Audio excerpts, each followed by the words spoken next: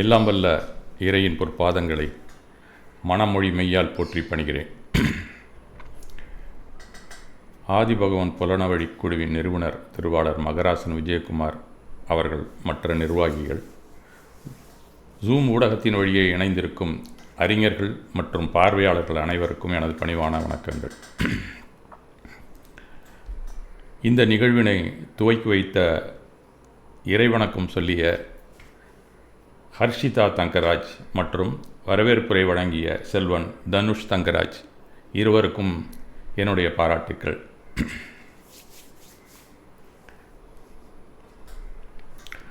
ஒரு வழிப்போக்கன் வழியிலே எதிர்ப்படுவோரின் நாங்கள் எங்கே போகணும் அடுத்தது அப்படின்னு கேட்டுக்கிட்டே போயிட்டு இருக்கிறது மாதிரி தான் நம்மளுடைய பயணத்தில் பலரோடு நாம் தொடர்பு கொண்டிருக்கிறோம். அதற்கு பலவிதமான நூல்களும் நமக்கு உதவி செய்திருக்கின்றன. இவ்வளவு நாட்களாக நாம் வாழ்ந்து கொண்டிருக்கக்கூடிய இந்த பூமியிலே பலவிதமான மகான்கள் உதவி செய்திருக்கிறார்கள். அவர்கள் உதவி இல்லாதிருக்கும் பட்சத்தில் நமது பயணம் வெற்றி அடைந்திருக்க சாத்தியமில்லை என்று தான் சொல்ல வேண்டும். நாம் எவர்களோடு எல்லாம் தொடர்பு கொண்டிருந்தோமோ அவர்கள் மட்டும் அவர்களின் மொழி நம்மிடம் இன்றளவும் பிரதிபலித்து கொண்டிருக்கிறது அப்படிங்கிறது தான் உண்மை. அவர்கள் மொழியை முழுவதுமாக புறக்கணித்து விட்டு தனிப்பட்ட தத்துவ கோட்டையை நம்மால் ஒரு காலம் உருவாக்கவே முடிஞ்சிருக்காது. ஆனால் எந்த உண்மையையும் நமக்கு மட்டும் சொந்தமானது அல்ல என்ற ஒரு கர்வம் நமக்கு தேவையில்லை. அந்த உண்மையை விவரிக்க ஒவ்வொருவரும் ஒவ்வொரு விதமான சொற்களை பயன்படுத்தியுள்ளனர்.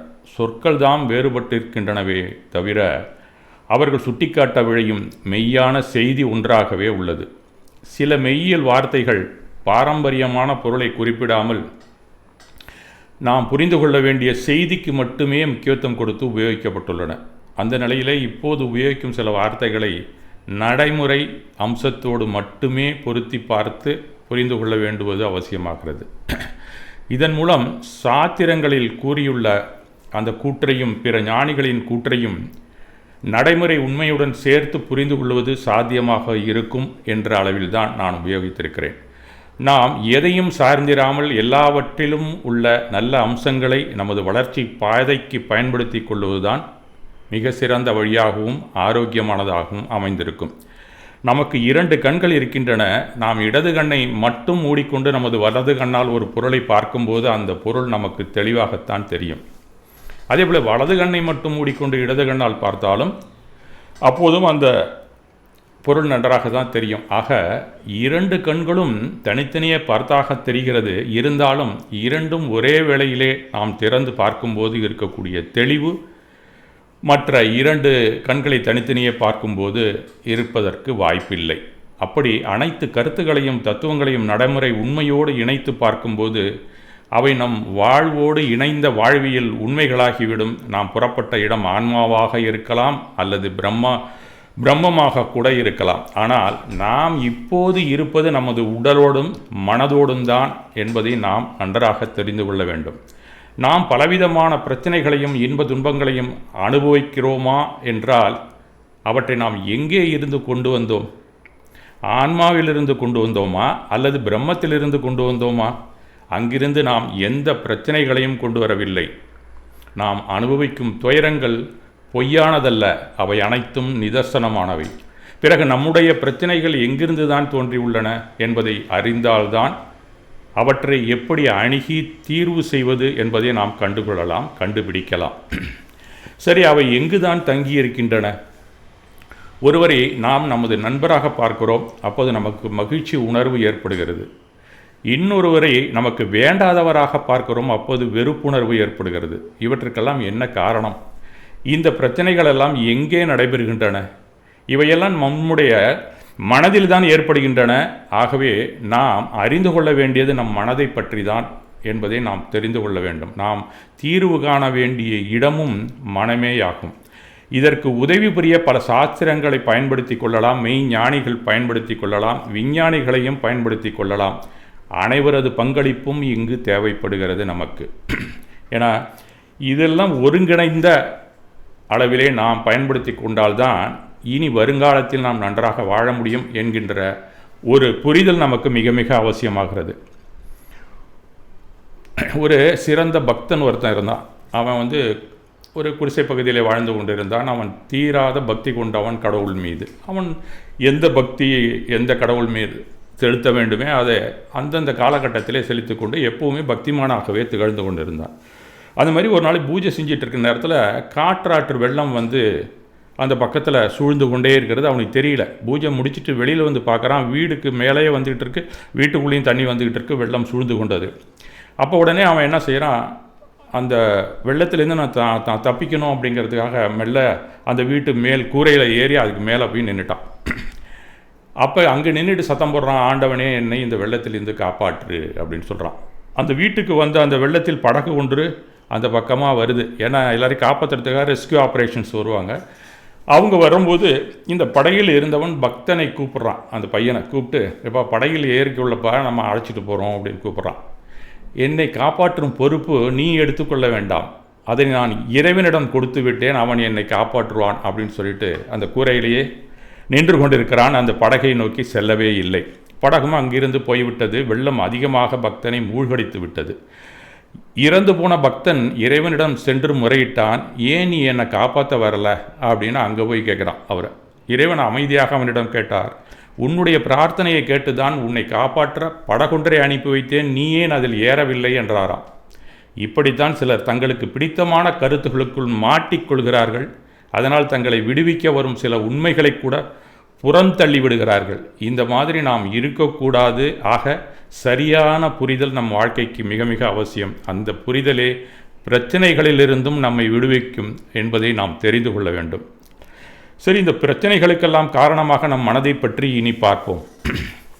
இப்போ சென்ற வாரத்துக்கு முதல்ல நம்ம ஃபஸ்ட்டு ஒரு கிளாஸில் நம்ம எல்லாமே மீட் பண்ணோம். அந்த நேரத்தில் சில தகவல்கள் உங்களுக்கு அளிக்கப்பட்டன. இப்போ அதை சுருக்கமாக உங்களுக்கு இன்றைக்கு தெரிவித்து இன்றைய பார்ட் 2 நான் ஆரம்பிக்கிறேன். ஓகே,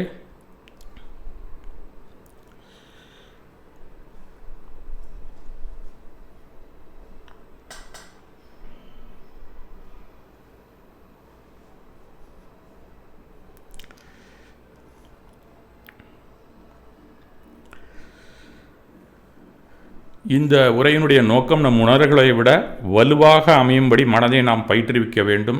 இல்லையெனில் நாமே நம்மை இழந்து விடுவோம் அப்படிங்கிறது தான் இதனுடைய சாரம். ஏன்னா இந்த காலத்தில் நாம் அவ்வளோ பிரச்சனைகளை நம்ம பார்த்து கொண்டிருக்கிறோம். அதனால் உணர்வுகள் உணர்ச்சிகளாக பிரவாகமாக எடுத்துக்கொண்டே வந்து கொண்டே இருக்கிறது. நம்முடைய வாழ்க்கையை நாம் அமைத்து கொள்வதற்குள் அடுத்த கட்ட உணர்வுகள் நம்மை தாக்கி விடுகின்றன. அப்போ நம்மளுடைய மனதை மிக மிக ஒரு வலுவாக நாம் வைத்துக்கொள்ள வேண்டியது மிக மிக அவசியமாகிறது. அந்த அடிப்படையில் தான் இந்த உரையை நான் உங்கள் முன் வைக்கிறேன். ஊழ் அப்படிங்கிறது சென்ற வாரம் நம்ம பார்த்தோம். ஏன்னா ஊழும் உள்ளமும் அப்படிங்கிற தலைப்புக்காக பழவினை அப்படிங்கிறத நாம் பார்த்தோம். அதில் மொத்த இருப்பு வினை அப்படின்னு ஆரம்பத்தில் சொல்லப்பட்டது. அது சஞ்சித கர்மா அப்படின்னு மற்றவங்க சொல்லுவாங்க. நம்ம ஜைன சாஸ்திரத்தை நீங்கள் எடுத்துட்டிங்கன்னா சமணத்தில் என்ன சொல்லப்படுகிறதுனா சத்துவ கரணம் அப்படின்னு சொல்லுவாங்க. ஏன்னா எல்லாத்துலேயுமே இந்த மொத்த இருப்பு எதெல்லாம் வினை கொள்கைன்னு சொல்லப்படுகிறதோ அதில் எல்லாமே இதற்காக ஒரு பெயர் அந்தந்த பிரதேசத்தில் அந்தந்த ஞானிகளும் வகுத்து கொடுத்திருக்கிறார்கள் அப்படிங்கிறத நாம் தெரிந்து கொள்ள வேண்டியது. ஆக வினைங்கிறது எப்பையும் ஒவ்வொரு க்ஷணத்துலேயும் நமக்கு நிர்ணயம் செய்யப்படுகிறது. அது மொத்த இருப்பு வினையாக இருக்கும். டோட்டல் ஸ்டாக் நம்மகிட்ட என்ன இருக்குது, அப்பப்போ பேலன்ஸ் அரை பண்ணிக்கிட்டே இருக்கும். அதுதான் அவங்க பழவினை அப்படின்னு இலக்கியங்களிலே குறிப்பிடுகிறார்கள். நுகர்வினை இந்த பிறவிக்காக நமக்கு நீ இந்த பிறவிக்காக நீ செலவு பண்ணிக்க அப்படின்னு ஒரு 1 லேக்கு கொடுத்தாக்கா நம்ம எப்படி அதை செலவு பண்ணுறோமோ அந்த மாதிரி வினை நமக்கு அளிக்கப்படுகிறது என்றும் ஒரு தத்துவம் நமக்கு எடுத்துரைக்கிறது. அப்படி இல்லாமல் அப்பப்பவும் நமக்கு நேரத்துக்கு தகுந்தாப்புல உதயமும் ஆகக்கூடிய தத்துவமும் இருக்கின்றன. அதில் நமக்கு உதய கரணம் அப்படின்னு சமணத்திலே சொல்லப்படுகிறது. அது பிராரத்த கர்மா அப்படிம்பாங்க. சிலர் பிராப்தம், இந்த பிறவிலே எனக்கு பிராப்தம் இதான்ப்பா அப்படின்னு பெரியவங்கள்லாம் சொல்கிறத நீங்கள் எல்லாம் கேட்டிருக்கலாம். அந்த மாதிரி அது நாம் இப்போ என்ன மாதிரி அன்றாடம் நாம் அன்றைக்கு காலையில் எழுந்திரிச்சோன்னா என்னென்ன விஷயங்களை நாம் சந்திக்கிறோமோ அந்த சூழ்நிலையை நமக்கு அமைத்து கொடுப்பது தான் அந்த உதய கரணம் அப்படிங்கிற பிராப்தம். ஏறு வினை அப்படிங்கிறது இப்பிறவிலே ஈட்டிய வினை. இந்த பிறவியில் நாம் வெளியில் புழங்குறோம். நம்ம மனசுலேருந்து பல எண்ணங்கள் வெளியில் வருது. சொல்லாகவும் செயலாகவும் நம்ம புறத்தை அணுகுகிறோம். பல பேர் அணுகிறோம், பல பொருள்களை நாம் கையாளுறோம். அந்த நேரத்திலையும் நமக்கு கர்மா வினைகள் நமக்கு பந்தமாகின்றன அப்படின்னு சமணம் கூறுகிறது. அது ஆகாமிய கர்மா அப்படின்னு ஜென்ரலாக ஒவ்வொருத்தவங்க ஒவ்வொரு மாதிரி அதை சொல்லுகிறார்கள். ஆக ஒட்டுமொத்தமாக பார்க்கும்போது இது எல்லாமே இந்த மாதிரி கூட்டி கழித்து மொத்தத்திலேருந்து நமக்கு என்ன பேலன்ஸ் பார்க்கக்கூடிய ஒரு டெக்னாலஜி, ஒரு மேத்தமெட்டிக்கலாக தான் இந்த ஊழ் அப்படிங்கிற ஊழ்வினையை நமக்கு வகுத்து கொடுத்திருக்கிறார்கள் முன்னோர்கள். ஆக அந்த மாதிரி இருக்கக்கூடிய இதில் அடுத்தடுத்து நம்ம பார்த்தோம்னா அதில் என்னென்ன ஆகூழ் அப்படின்னு சொன்னால் புண்ணியம், நாம் என்னென்ன ஈட்டுகிறோமோ அந்த புண்ணிய வினைகளுக்கு பேர் நல்லூழ் அப்படின்னு சொல்லுகிறது, ஆகூழ் அப்படின்னு சொல்லுவாங்க. அதெல்லாம் இலக்கியத்திலே அவர் அப்படி தான் குறிப்பிடப்பட்டிருக்கிறது. போகூழ் தீயூழ் அப்படின்னு சொன்னால் பாவ வினை அப்படிங்கிறதும் இலக்கியங்களிலே குறிப்புகளாக இருக்கின்றன. இதை நம்ம இதில் பாவ புண்ணியம் அப்படின்னு சொல்லி சமணத்திலே நமக்கு எடுத்துரைக்கிறார்கள். மொத்தத்தில் இலக்கியத்தை எடுத்துட்டிங்கன்னா வினை, விதி, எண்முறை, தெய்வம் அப்படிங்கிற வார்த்தைகள் எல்லா இலக்கியங்களில் நீங்கள் பார்த்தீங்கன்னா அதெல்லாமே இதுதான் குறிப்பிடுகிறது. நாம் இங்கே பிறந்திருக்கிறோம் அப்படின்னு சொன்னால் அது வினை, விதி அப்படின்னு சொல்லுவாங்க. சில நேரத்தில் எண்முறை அப்படின்னும் சில பேர் சொல்கிறக்கூடிய ஒரு வழக்கம் இருக்குது. ஏன்னு சொன்னால் எனக்கு இன்றைக்கி கிடைச்சது அவ்வளோதான்ப்பா அப்படின்னு சொல்கிறோம்ல, அதுதான் அந்த எண்முறை. அந்த வார்த்தையை அதில் போட்டிருப்பாங்க. போன முறை உனக்கு கிடச்சி, இந்த முறை எனக்கு கிடச்சிருக்கு அப்படின்னு பெருமையாகவும் நம்ம சொல்லிக்கொள்வோம். அந்த மாதிரி இலக்கியங்களே அதை குறிப்பிட்டிருக்கிறார்கள். அதற்கு காரணம் நம்மளுடைய ஊழ் தான் அப்படிங்கிற ஒரு அசையாத நம்பிக்கை அந்த காலத்தில் இருந்திருக்கிறது அப்படிங்கிறத நாம் தெரிந்து கொள்ளலாம். அப்போ தெய்வம் அப்படிங்கிற வார்த்தையுமே உபயோகப்படுத்தி இருக்கிறார்கள் என்பதை நாம் தெரிந்து கொள்ள வேண்டும். ஏன்னா பல இலக்கியங்களில் தெய்வம்னு சொன்னால் நம்ம கடவுள் கும்புறது அப்படின்னு நினைக்கக்கூடாது. அந்த இடத்துல ஊழாக இருக்கலாமோ அப்படின்னு நீங்கள் பார்த்தீங்கன்னா அது ஊழுக்குள்ள இலக்கணத்தில் கண்டிப்பாக அமைந்துவிடும். இன்னும் கரெக்டாக சொல்லப்போனால் ஒரு குறளே இருக்கிறது, தெய்வத்தான் ஆகாதெனின் முயற்சி தன் மெய்வருத்த கூலி தரும் அப்படிங்கிற இடத்துல நம்மளுடைய பிராப்தமோ இல்லை புண்ணிய வினை இல்லை என்றாலும் முயற்சி செய்தால் காரியம் கைகூடும் அப்படிங்கிறதான் அவர் சொல்கிறார். அந்த மாதிரி நமக்கு எல்லாமே இந்த மாதிரி வார்த்தைகள் இன்னும் வேறு சில வார்த்தைகளும் இருக்கின்றன. அதை நீங்கள் அந்தந்த இலக்கியங்களை எடுத்து படித்தீர்களானால் எல்லாமே உங்களுக்கு சமணத்திலே என்னென்ன நாம் ஜெயின் ஃபிலாசபின்னு படிக்கிறோமோ அதெல்லாமே இலக்கியங்களிலும் கொடுக்கப்பட்டிருக்கிறது. நாம் அதை அப்போலேருந்து அதை நம்ம டச் பண்ணவே இல்லை. நம்மள்கிட்ட ஒரு ஏரியாவில் தமிழில் இருக்குது அப்படிங்கிற ஒரு விஷயமே நமக்கு தெரியாமையே இருந்து கொண்டு இருக்குதுன்னு தான் சொல்லணும். இன்னும் சொல்லப்போனால் நான்லாம் இந்த பக்கம் சமஸ்கிருதத்தை படிச்சுட்டு அதை பற்றி தெரிஞ்சுக்கொண்டு திருப்பியும் நம்ம மறுபடியும் இலக்கியத்தை நான் படிக்கும்போது ஓஹோ இதுதான் நான் அந்த காலத்தில் குறிப்பிட்டிருக்காங்க அப்படின்னு நினச்சேன். அப்போ நான் சாதாரணமாக ஒரு மீனிங்கோடு படித்து கொண்டிருந்த காலம் ஆரம்ப கட்டத்தில். அதுக்கப்புறம் தான் எல்லாமே நம்மளுடைய தமிழ் இலக்கியங்களிலே சொல்லப்பட்டிருக்கிறது. அதுலேயும் 14 கீழ்கணக்கு நூல்களை எடுத்திங்கன்னா, வேறு சில நூல்களை எடுத்திங்கன்னா கிடைக்கும். அதில் 4 தவிர பாக்கியெல்லாம் நீதி நூல்கள் தான். ஒன்று போர் பற்றி ஏதோ சொல்லுது, ஒரு 2-3 காதல் இலக்கியமாக இருக்கும். பாக்கி 14மே கிட்டத்தட்ட வினை விதியை பற்றி சொல்லக்கூடிய கருத்துக்களை கொண்டது தான். ஆக நாம் எல்லாமே இலக்கியத்தை படிக்க வேண்டும் அப்படிங்கிறது தான் என்னுடைய வேண்டுகோள். அதை படித்தா தான் நம்ம தாய்மொழியிலே எந்த விஷயத்தையும் நம்ம தெரிந்து கொள்ளலாம், சரியாக உணர்ந்து கொள்ளலாம். அந்த புரிதலினால் நம் வாழ்க்கை நன்றாகவே இருக்கும். இல்லாட்டினா இந்த டிரான்ஸ்லேஷன்லேயே நமக்கு அதிக நாள் ஓடுகிறது என்பது என்னுடைய தாழ்மையான கருத்து. ஏன்னா எனக்கு கிட்டத்தட்ட 10-15 வருஷம் அதில் போயிடுச்சு அப்படின்னு தான் நான் உங்கள் முன் தெரிவித்துக் கொள்கிறேன். ஆக ஆரம்பத்திலேருந்து நீங்கள் இலக்கியங்களில் இருக்கக்கூடியதும் படிக்க வேண்டும் என்பது என்னுடைய பரிந்துரை. இது அறிவுரையாக எடுத்துக்கொண்டால் மிக மிக நல்லது. ஆக நாம் என்ன ஐம்புலன் வழியாக எல்லாமே உணர்வினால் வந்த பதிவுகள் தான் நம்ம பொறுத்த வரைக்கும். நம்ம உடம்புல எதுவாக இருந்தாலும் நீங்கள் எடுத்துக்கிட்டிங்கன்னா உள்ளம் அப்படின்னு நம்ம சொல்கிறோம். அதுவும் போன வாரம் நம்ம பார்த்தோன்னு நினைக்கிறேன், போன வகுப்பிலே. ஊழ் உருவாக காரணம் இந்த உள்ளம் என பல இந்திய தத்துவங்களும் தமிழ் மெய்யியலும் உரைக்கின்றன அப்படிங்கிறது நாம் போன வாரமாக நம்ம பார்த்தோம். எல்லாமே உணர்விலான வரக்கூடியது தான், அந்த உள்ளத்தில் தான் அது பூரா நடந்து கொண்டு இருக்கிறது அப்படின்னு சொல்லப்படுகிறது. அப்போ உள்ளம் அப்படின்னு சொன்னால் அந்தக்கரணம் அப்படின்னு ஒரு ஏரியாவை நாம் ஒரு சுருக்கமாக பார்த்தோம். அதில் அந்தக்கரணம் குறிப்பது மனதுடன் தொடர்புடைய உள் உறுப்புகளை அல்லது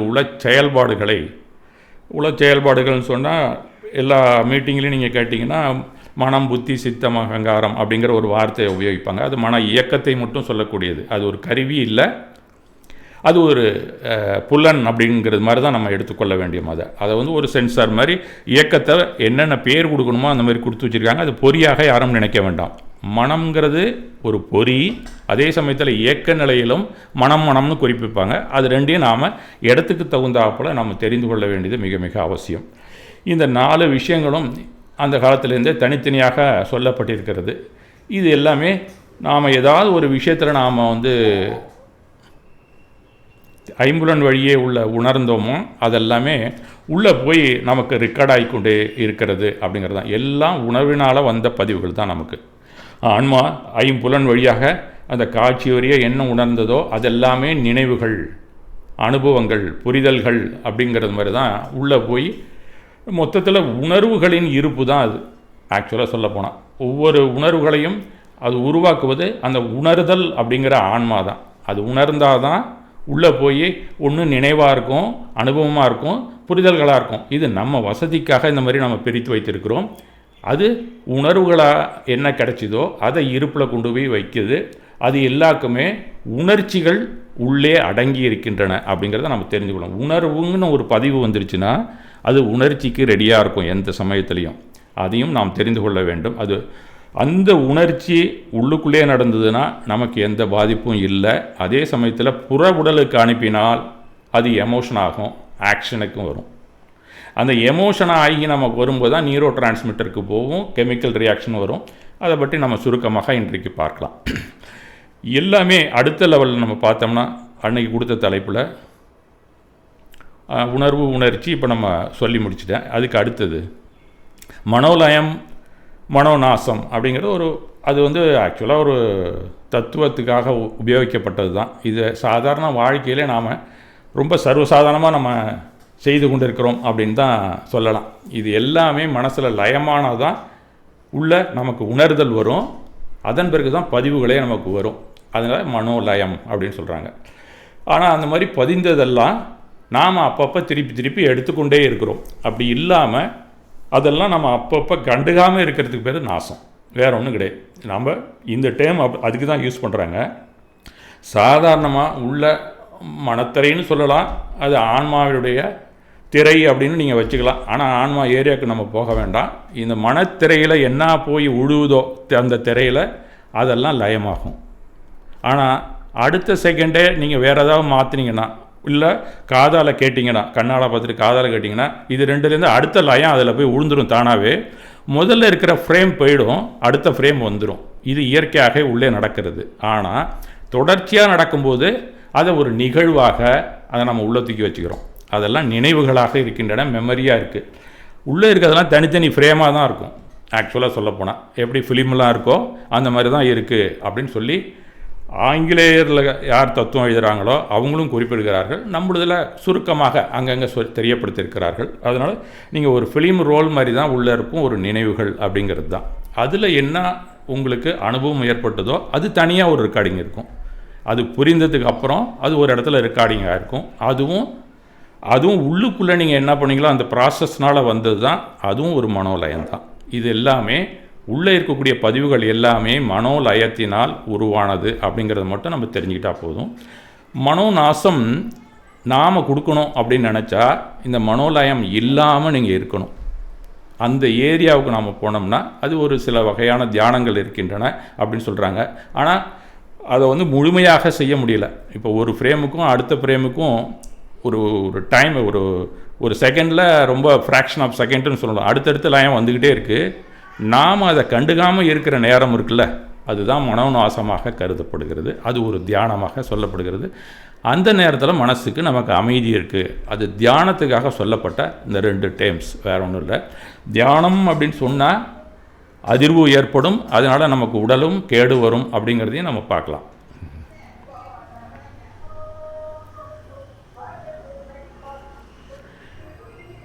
தாட் திங்கிங் அப்படிங்கிறது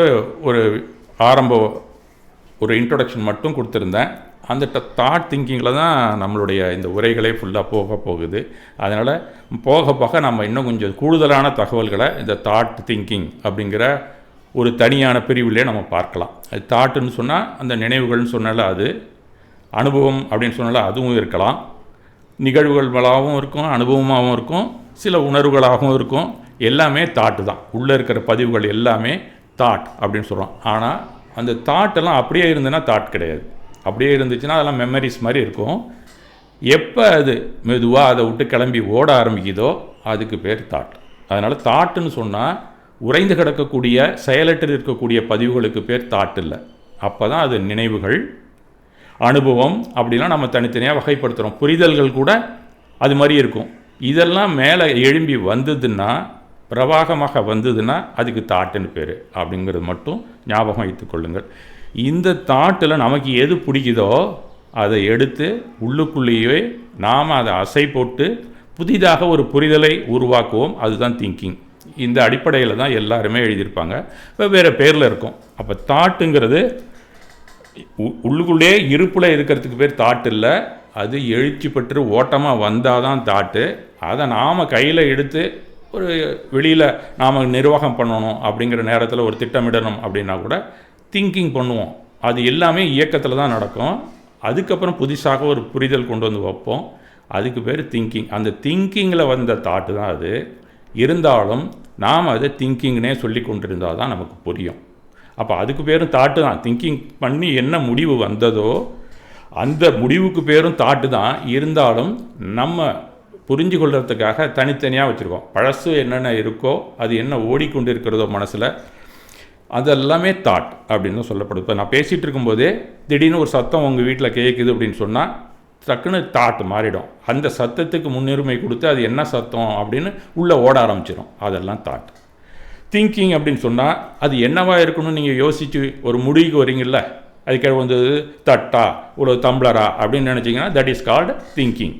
அது ஆரம்ப காலத்துலேருந்தே இந்த உரையை நீங்கள் கேட்டுக்கொண்டு வந்தாலும் எங்கே படித்தாலும் தாட் அப்படின்னு சொல்லி சொன்னால் அது எழுச்சி பெற்றாதான். அப்படியே உள்ளே இருந்ததுன்னா கிடையாது. ஏன்னு சொன்னால் இது எழுச்சி பெறத்துக்கு ஆன்மா இருந்தால் தான். ஆன்மா இல்லைன்னா எந்த தாட்டும் கிடையாது. இதுதான் உண்மை. நாம் யார் இறந்து போகிறார்களோ அவர்களுக்கெல்லாம் தாட்டே இருக்காது. வெறும் ரெக்கார்டிங் இருக்கும். ஹார்ட் டிஸ்க் வீணாக போனது மாதிரி தூக்கி போட வேண்டியது தான். ஓகே. அடுத்தது எல்லாமே லயமாகனா தான் நமக்கு தாட் ப்ராசஸுக்கே வரும். அந்த மாதிரி தாட் ப்ராசஸ் வந்தால் தான் தியானத்துக்கு போகலாம், இல்லைனா அமைதியை தேடி நாம் நாடலாம். இது உள்ளுக்குள்ளே நமக்கு இருக்கக்கூடிய அந்த டெக்னாலஜியை லைட்டாக உங்களுக்கு நான் சொல்லிட்டேன். அதுக்கு அடுத்த லெவல் நமக்கு இன்றைக்கு என்னவோ அதுக்கு வரலாம் நம்ம அடுத்தது. அத்தாரிட்டி அப்படின்னு சொல்லலாம். மனசு தான் நமக்கு அத்தாரிட்டி அப்படின்னு சொல்லி நாம் தெரிந்து கொள்ளலாம். இது ஒன்றும் பெரிய விஷயம் இல்லை. இப்போ என்னை பற்றி நான் தெரிஞ்சுக்கணும், அதாவது நீங்கள் உங்களை பற்றி நீங்கள் தெரிஞ்சுக்கணும்னா நான் ஆன்மாவா இல்லை மனம் அப்படிங்கிற சொல்லக்கூடிய அந்த கரணமாக, சரீரம் உடம்பு இருக்குல்ல, இந்த 3 தானா அப்படிங்கிறது நரமுறை வழக்கில் எல்லாருமே சொல்லுவாங்க. எதுன்னு நமக்கு தெரியல அப்படின்னு. இந்த நான்கிறது யார் அப்படிங்கிற ஒரு எப்போ பார்த்தாலுமே ஒரு கொஸ்டின் எல்லா தத்துவத்துலேயுமே வரும். அது ரொம்ப குழப்பிக்கொள்ள வேண்டாம். அதில் நான் ஆன்மாவாகனா இருக்கட்டும், இல்லை அந்த கரணமாக வேணாலும் இருக்கட்டும், சரீரமாக வேணாலும் இருக்கட்டும். ஆனால் இன்றைக்கு நாம் வாழக்கூடிய இந்த வாழ்நாளில் நமக்கு எது டெசிஷன் மேக்கராக இருக்குது, அதுதான் நானாக எப்பயுமே இருக்க முடியும். ஆன்மா டெசிஷன் எடுக்குதா அப்படின்னு பார்த்தா இல்லை. டெசிஷன் எடுக்கிறது பூரா அதிகாரம் உள்ளது யாருக்குன்னு கேட்டால் மனசுக்கு தான். அதனால் மனதை பற்றி தான் நாம் அதிகமாக தெரிந்து கொள்ள வேண்டும். ஆன்மாவினுடைய சக்தி என்ன, அது என்ன, இதெல்லாம் தியரியில் இருக்கும். அது என்ன மாதிரி வேலை செய்யுது, அது போக்குவரத்தெல்லாம் தியரியில் இருக்கும். அது மிக மிக அவசியம்தான். இல்லைண்ணா நீங்கள் பரீட்சை எழுதணும்னா அதெல்லாம் படித்து தான் ஆகணும். நார்மல் லைஃப்பில் நமக்கு தேவைப்பட்டது அந்த மனம். அதுதான் டெசிஷன் மேக்கர். எந்த விஷயமாக இருந்தாலும் ப்ராசஸ் பண்ணுறதுக்கு அதுக்கிட்ட தான் எல்லா டேட்டாவும் இருக்குது. அப்போ தான் நாம் அதை ப்ராசஸ் பண்ண முடியும். அதிலேருந்து ஒரு நல்ல ரிசல்ட் எடுக்க முடியும். அதன்படி நாம் அதை செலவிட முடியும் அப்படிங்கிற ஒரு உண்மையை நீங்கள் தெரிந்து கொள்ளணும். அதனால் மனம்ங்கிறது தான் அந்த கரணம், அதுக்கப்புறம் மனம், இதெல்லாம் இல்லாமல் எந்த தத்துவமே கிடையாது. ஏன்னா வாழ்க்கையை நாம் நகர்த்தணும்னா மனம் இயங்கினால்தான். அடுத்த ஸ்டெப்பு நீங்கள் எடுத்து வைக்கணும்னாலும் மனம்தான் தேவைப்படும். மனம் வேலை செய்யுது அப்படின்னு சொன்னால் பழசு உள்ளே கிடக்கும். அதுதான் நினைவுகள். கடந்த காலத்தில் நீங்கள் என்னென்ன உள்ள நுகர்ந்தீர்களோ ஐம்புலன் வழியாக, அதெல்லாம் நினைவுகள். நினைவுகள்னு சொல்லிட்டாலே அது பாஸ்ட். அந்த பாஸ்ட் அப்படிங்கிறதுலேருந்து நாம் எதுவும் எடுப்போம். எடுத்துக்கிட்டு புரிதல்களாக என்ன வைத்திருக்கிறோமோ, என்ன அனுபவம் அதில் நமக்கு கிடைச்சிதோ அதை வச்சு ப்ராசஸ் பண்ணி நாளைக்கு நம்ம எப்படி இருக்கலான்னு நம்ம திங்கிங் பண்ணி திட்டமிடுவோம். அப்போ நினைவுகள் இருந்தால் தான் ஃப்யூச்சருக்கே நீங்கள் போகலாம். அப்போ பழசில் இருக்கிறதெல்லாம் நினைவுகள் அப்படின்னு சொல்லிட்டாலே அதெல்லாம் கடந்த காலத்து பதிவுகள் அப்படின்னு அர்த்தம். எல்லாமே கடந்த கால பதிவுகள் தான். அந்த கடந்த கால பதிவு நம்மை அச்சுறுத்தி கொண்டும் இருக்கலாம். அப்படிங்கிற ஒரு உள்ள புரிதல் வந்துருச்சுனாலே நாம் அதை கொட்டு கொஞ்சம் வெளியில் வந்துடுவோம் கொஞ்சம் கொஞ்சமாக. நினைவுகள் அப்படின்னு சொன்னாலே அதெல்லாம் செத்து போச்சுன்னு அர்த்தம். அதுக்கு நாம் தான் உயிர் கொடுக்குறோம் அப்படிங்கிற ஒரு உண்மையை சுருக்கமாக தெரிந்து கொள்ளுங்கள். அது போக போக எப்படி நம்ம கொடுக்குறோம் அப்படிங்கிற நம்ம தெரிஞ்சுக்கலாம். அதனால் நினைவுகளை கண்டு நாம் அஞ்ச தேவையில்லை. இதுதான் முக்கியமான புரிதல். எப்பயுமே நம்ம உள்ளுக்குள்ளே இருக்கக்கூடிய புதைந்து கிடக்கக்கூடிய நினைவுகளை நினச்சி நம்ம புழுக்கமாகவும் அதில் தான் ஸ்ட்ரெஸ் நமக்கு வரும். இந்த கடந்த கால விஷயத்தை தயவு செய்து நாம் போட்டு பரட்டிக்கிட்டு நாளைக்கு என்ன நடக்குமோன்னு நினைக்கிறோம்ல, அது தேவையில்லைங்கிறதான் எல்லா ஞானியரும் ஒட்டுமொத்தமாக நமக்கு எடுத்துரைக்கக்கூடிய ஒரு அறிவுரை அப்படின்னு தான் நம்ம எடுத்துக்கணும். இது ஒரு சின்ன ஒரு புரிதல் நமக்கு. அது பெரிய அளவில் நமக்கு ஒரு நல்ல பயனை அளிக்கும். நலமுடன் நம்ம வாழ்கிறதுக்கு கிடைக்கும் அப்படிங்கிறது தான் ஆரம்ப கட்டத்திலே உங்களுக்கு சொல்கிறேன். இதை எப்படி நம்ம ப்ராசஸ் பண்ணுறங்கிற ஒரு டெக்னிக் ஒரு 65-66 வயசுக்கு தான் எனக்கு தெரிஞ்சுது. அதுக்கு முன்னாடியெல்லாம் ஏதோ பண்ணிக்கிட்டு இருந்தோம். இதை படிக்கிறதா அப்பப்போ ஸ்ட்ரெஸ் இருந்ததுன்னா அது எப்படி ரிமூவ் பண்ணுறது, இது ரொம்ப முடியலைன்னா டேப்லெட் போட்டுக்கிறது மாதிரிலாம் கூட சந்தர்ப்பங்கள் வரும் சில பேருக்கு. நான் கூட ஒரு 10 நாள் போட்டுக்கிட்டேன் அந்த மாதிரின்னு வச்சிங்களேன். அந்த மாதிரி ஒரு மன அழுத்தங்கள் சில நேரத்தில் வரும். வந்ததுன்னா அதை விட்டு வெளியில் வர தெரியாது. அதுக்கு டாக்டர்கிட்ட போகிறது வேறு இருக்கும். அதுக்கப்புறம் இந்த சைக்காட்ரிஸ்டெல்லாம் சில பேர் போவாங்க. இதெல்லாமே காரணம் இந்த நினைவுகளை நாம் அசை போடுவது தான். நினைவுகளை அசை போடாமல் நம்ம வாழ முடியாது. அதை எப்படி அசை போடணும் அந்த முறையை கற்றுக்கொள்வது தான் மிக மிக அருமையான புரிதல் நம்ம வாழ்க்கையில். அந்த இடத்துல நாம் பார்க்கும்போது இந்த மூன்றிலுமே டெசிஷன் மேக்கர் யார் அப்படிங்கிறது கண்டிப்பாக நாம் தெரிந்து கொள்ள வேண்டியது என்னென்னா, உயிரா மனமா அப்படிங்கிற ஒரு சின்ன ஒரு வேரியேஷன்ஸ் நீங்கள் தத்துவம் படிக்கும்போது வந்துடும். ஏன்னா அது நிச்சய நோக்கு, வியாபகார நோக்கு இப்படியெல்லாம் இருக்கும் நிறையா. எல்லா நோக்கையும் தூக்கி ஒரு பக்கம் வச்சுட்டு நாம் மனம்தான் அப்படின்னு இருந்தால் தான் அந்த ஆன்மா எப்படி வேலை செய்யுதுன்னே நம்ம தெரிந்து கொள்ளலாம். ஆக நான் சொல்லக்கூடியது பூரா தத்துவம் படித்தவங்களுக்கு முன்னாடி சொல்கிறேன், எல்லாமே வியாபகார நோக்கில் தான் சொல்ல போகிறேன். ஓகே. ஆன்மீகத்தில் உயிரின்ற ரகசியம், உயிர் ஆற்றல் முக்கியமாக கூறப்படுகிறது. அந்த அடிப்படையில் நோக்கும்போது ஆன்மாவை தரிசிக்க முடியவில்லை, அதுதானே உண்மை. உயிரை பார்க்க முடியவில்லை. ஏனென்றால் ஆன்மாவை கொண்டு ஆன்மாவை அறி அப்படின்னு தான் எல்லா தத்துவ அறிஞர்களும் கூறுகிறார்கள். ஆன்மா தான் எல்லாத்தையுமே அறிந்து கொண்டு இருக்கிறது. தன்னையே எப்படியாது ஒரு டார்ச் லைட்டு மாதிரி டார்ச் தன்னையே பார்க்க முடியாது இல்லைங்களா? அதுக்கு ஒரு ரிஃப்ளெக்ஷனுக்கு அங்கே ஒன்றும் கண்ணாடியே கிடையாது. உள்ள வெளியிலனா கண்ணாடியில் அடித்து பார்த்து இது தெரிஞ்சுக்கலாம் டார்ச் லைட்டாக. உள்ள அந்த மாதிரி ஒரு அமைப்பே கிடையாது. ஏன்னா அதுவே தான் கண்ணாடியாக இருக்குங்கிறது தான் எல்லா தத்துவ அறிஞர்களும் கூறுகிறார்கள். அதனால் அந்த கண்ணாடி தன்னைத்தானே பார்த்து கொள்ள முடியாது அப்படிங்கிற ஒரு இக்கட்டான ஒரு நிலைமையை எல்லாருமே கொண்டாந்து வச்சுறாங்க. அதுக்கு பல பேர் முயன்று சமாதி நிலையை தான் அடைஞ்சிருக்காங்கங்கிறது தான் உண்மை. அதனால் அந்த ஏரியாவில் கொஞ்சம் இல்லறத்தில் இருக்கக்கூடிய நாமெல்லாம் அதுக்கு முயற்சி பண்ணணுங்கிற அவசியம் இல்லை அப்படிங்கிறது என்னுடைய தாழ்மையான வேண்டுகோள். அதெல்லாம் அதுக்குன்னே சில பேர் ஃபுல்லாக எந்த உழைப்பும் இல்லாமல் குடும்பத்தை பார்க்கணுங்கிற அவசியமே இல்லாமல் அதுக்காகவே தன்னுடைய நேரத்தை செலவிடக்கூடிய முக்கியமாக நம்மளுடைய துறவிகளோ மற்ற துறவிகளோ இருக்கிறார்கள். எல்லாருமே அந்த மாதிரி இல்லை. நம்மளோட பெரிய குடும்பஸ்தனை வைத்து கொண்டு இருக்கக்கூடிய துறவிகளும் இருக்கின்றார்கள். அவர்களால் கண்டிப்பாக முடியவே முடியாது. நம்மளால் முடியலைங்கும் போது அவங்க ஆன்மா இருக்கிறதே அவங்களுக்கு தெரியாது. ஃபுல்லாகவே மனசில் தான் இருந்துகிட்டு இருப்பாங்க.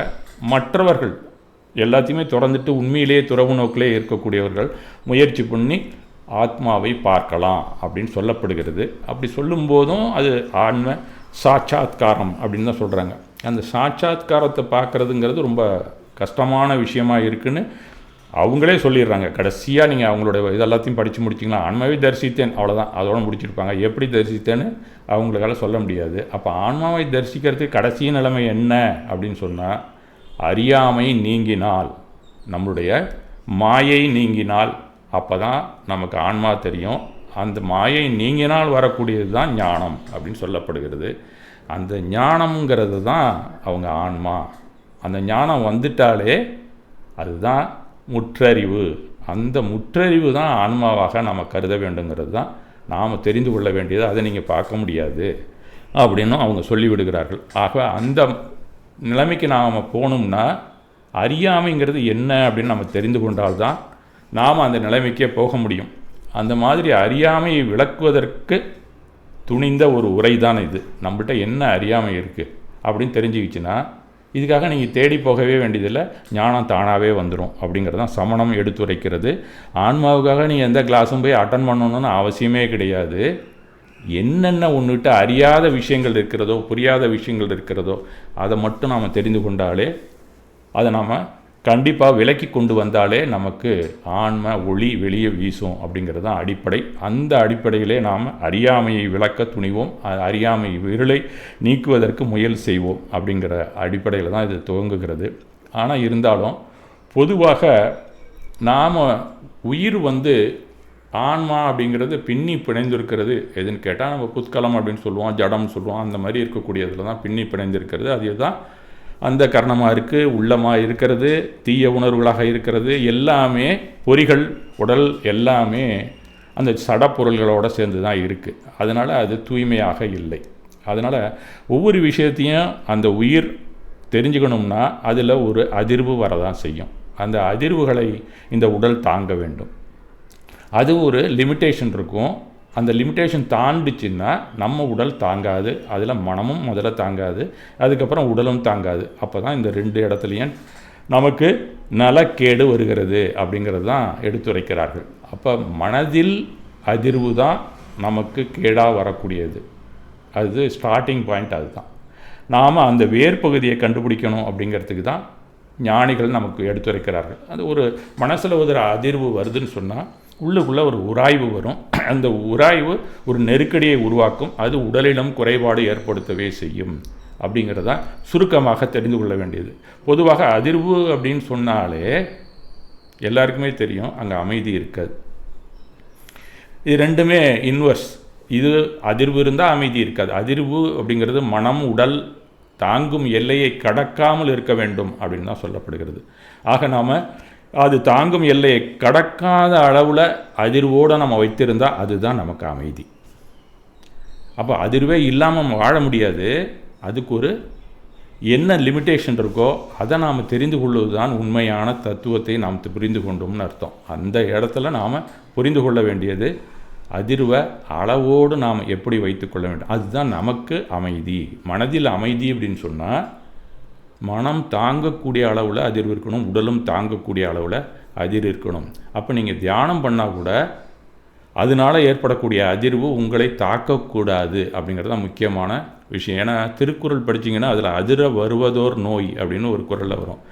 எதிர் அதா காக்கும் அறிவினார்க்கில்லை அதிர வருவதோர் நோய் அப்படின்னு ஒரு குறள் இருக்குது. அப்படின்னா மருத்துவமும் அங்கே தான் கோளாறு அப்படின்னு சொல்லுது. அமைதி அதிர்வு இரண்டும் எதிரெதிரான ஒரு சொல், அதுக்கு விளக்கம் அப்படி தான் சொல்லப்படுகிறது. அப்போ ஞானமே அமைதியை கொடுக்கும். அதனால் தியானம் உங்களுக்கு அமைதியை கொடுக்குமான்னா நாம் அந்த லிமிட்டேஷனில் இருக்கக்கூடிய டெக்னிக்கை தெரிகிற வரைக்கும் உங்களுக்கு கஷ்டத்தை தான் கொடுக்கும். அப்போ தியானம்ங்கிறது ஒரு அதிர்வு தான், ஞானம்ங்கிறது அமைதியை கொடுக்கக்கூடியது. ஆக தியானம்ங்கிறது சில சித்தியை அடைவதற்காக சில பேர் உபயோகிப்பாங்க, ஆனால் அதில் லாக் ஆகி மாட்டிக்கிட்டு ரொம்ப கஷ்டப்படுறாங்க அப்படிங்கிறது தான் சரித்திரங்கள் எடுத்து வரைக்கின்றன.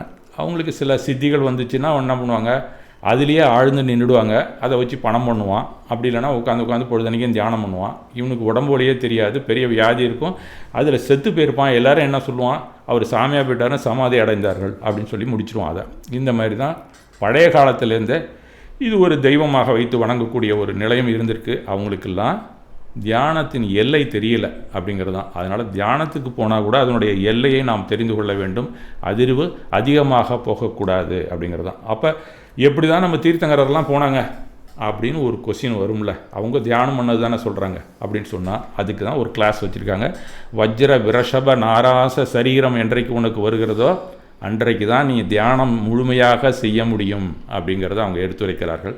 ஆக நாம் அந்த சரீரம் வர்ற வரைக்கும் மனதை புரிந்து கொண்டு தியானத்தை செய்யணும்னா அளவோடு வச்சுக்கணும். இல்லைன்னா அமைதியாக ஞானத்தை எப்படி நாம் பெற முடியும் அப்படிங்கிற ஏரியாவில் நம்ம கான்சன்ட்ரேட் பண்ணுறது தான் நமக்கு புத்திசாலித்தனம். நாம் எடுத்தெடுப்புலையே தீர்த்தங்கரர் என்ன பண்ணாரோ அந்த தியானத்துக்கு போகணுன்னு நினச்சிங்கன்னா அந்த சரீரம் வர்றதுக்கு நீங்கள் பாடுபடணும் அப்படிங்கிற விளக்கங்கள் இருக்குது. அந்த ஏரியாலாம் படித்தா நம்மளே விட்ரா பண்ணிட்டு வெளியில் வந்துடுவோம். சரி, இப்போ சாத்திரங்களை ஆரம்ப பாடத்தில் கூடும்போது மனம்தான் உயிராகவும் உடலாகவும் காட்டிக்கொள்கிறது அப்படின்னு தான் சொல்லப்படுகிறது. 3 மாகவும் மாறி மாறி இருந்து கொண்டே இருக்கும் அந்த அந்தக்கரணம் அப்படிங்கிற ஏரியாவில் இருக்கக்கூடிய மனம்.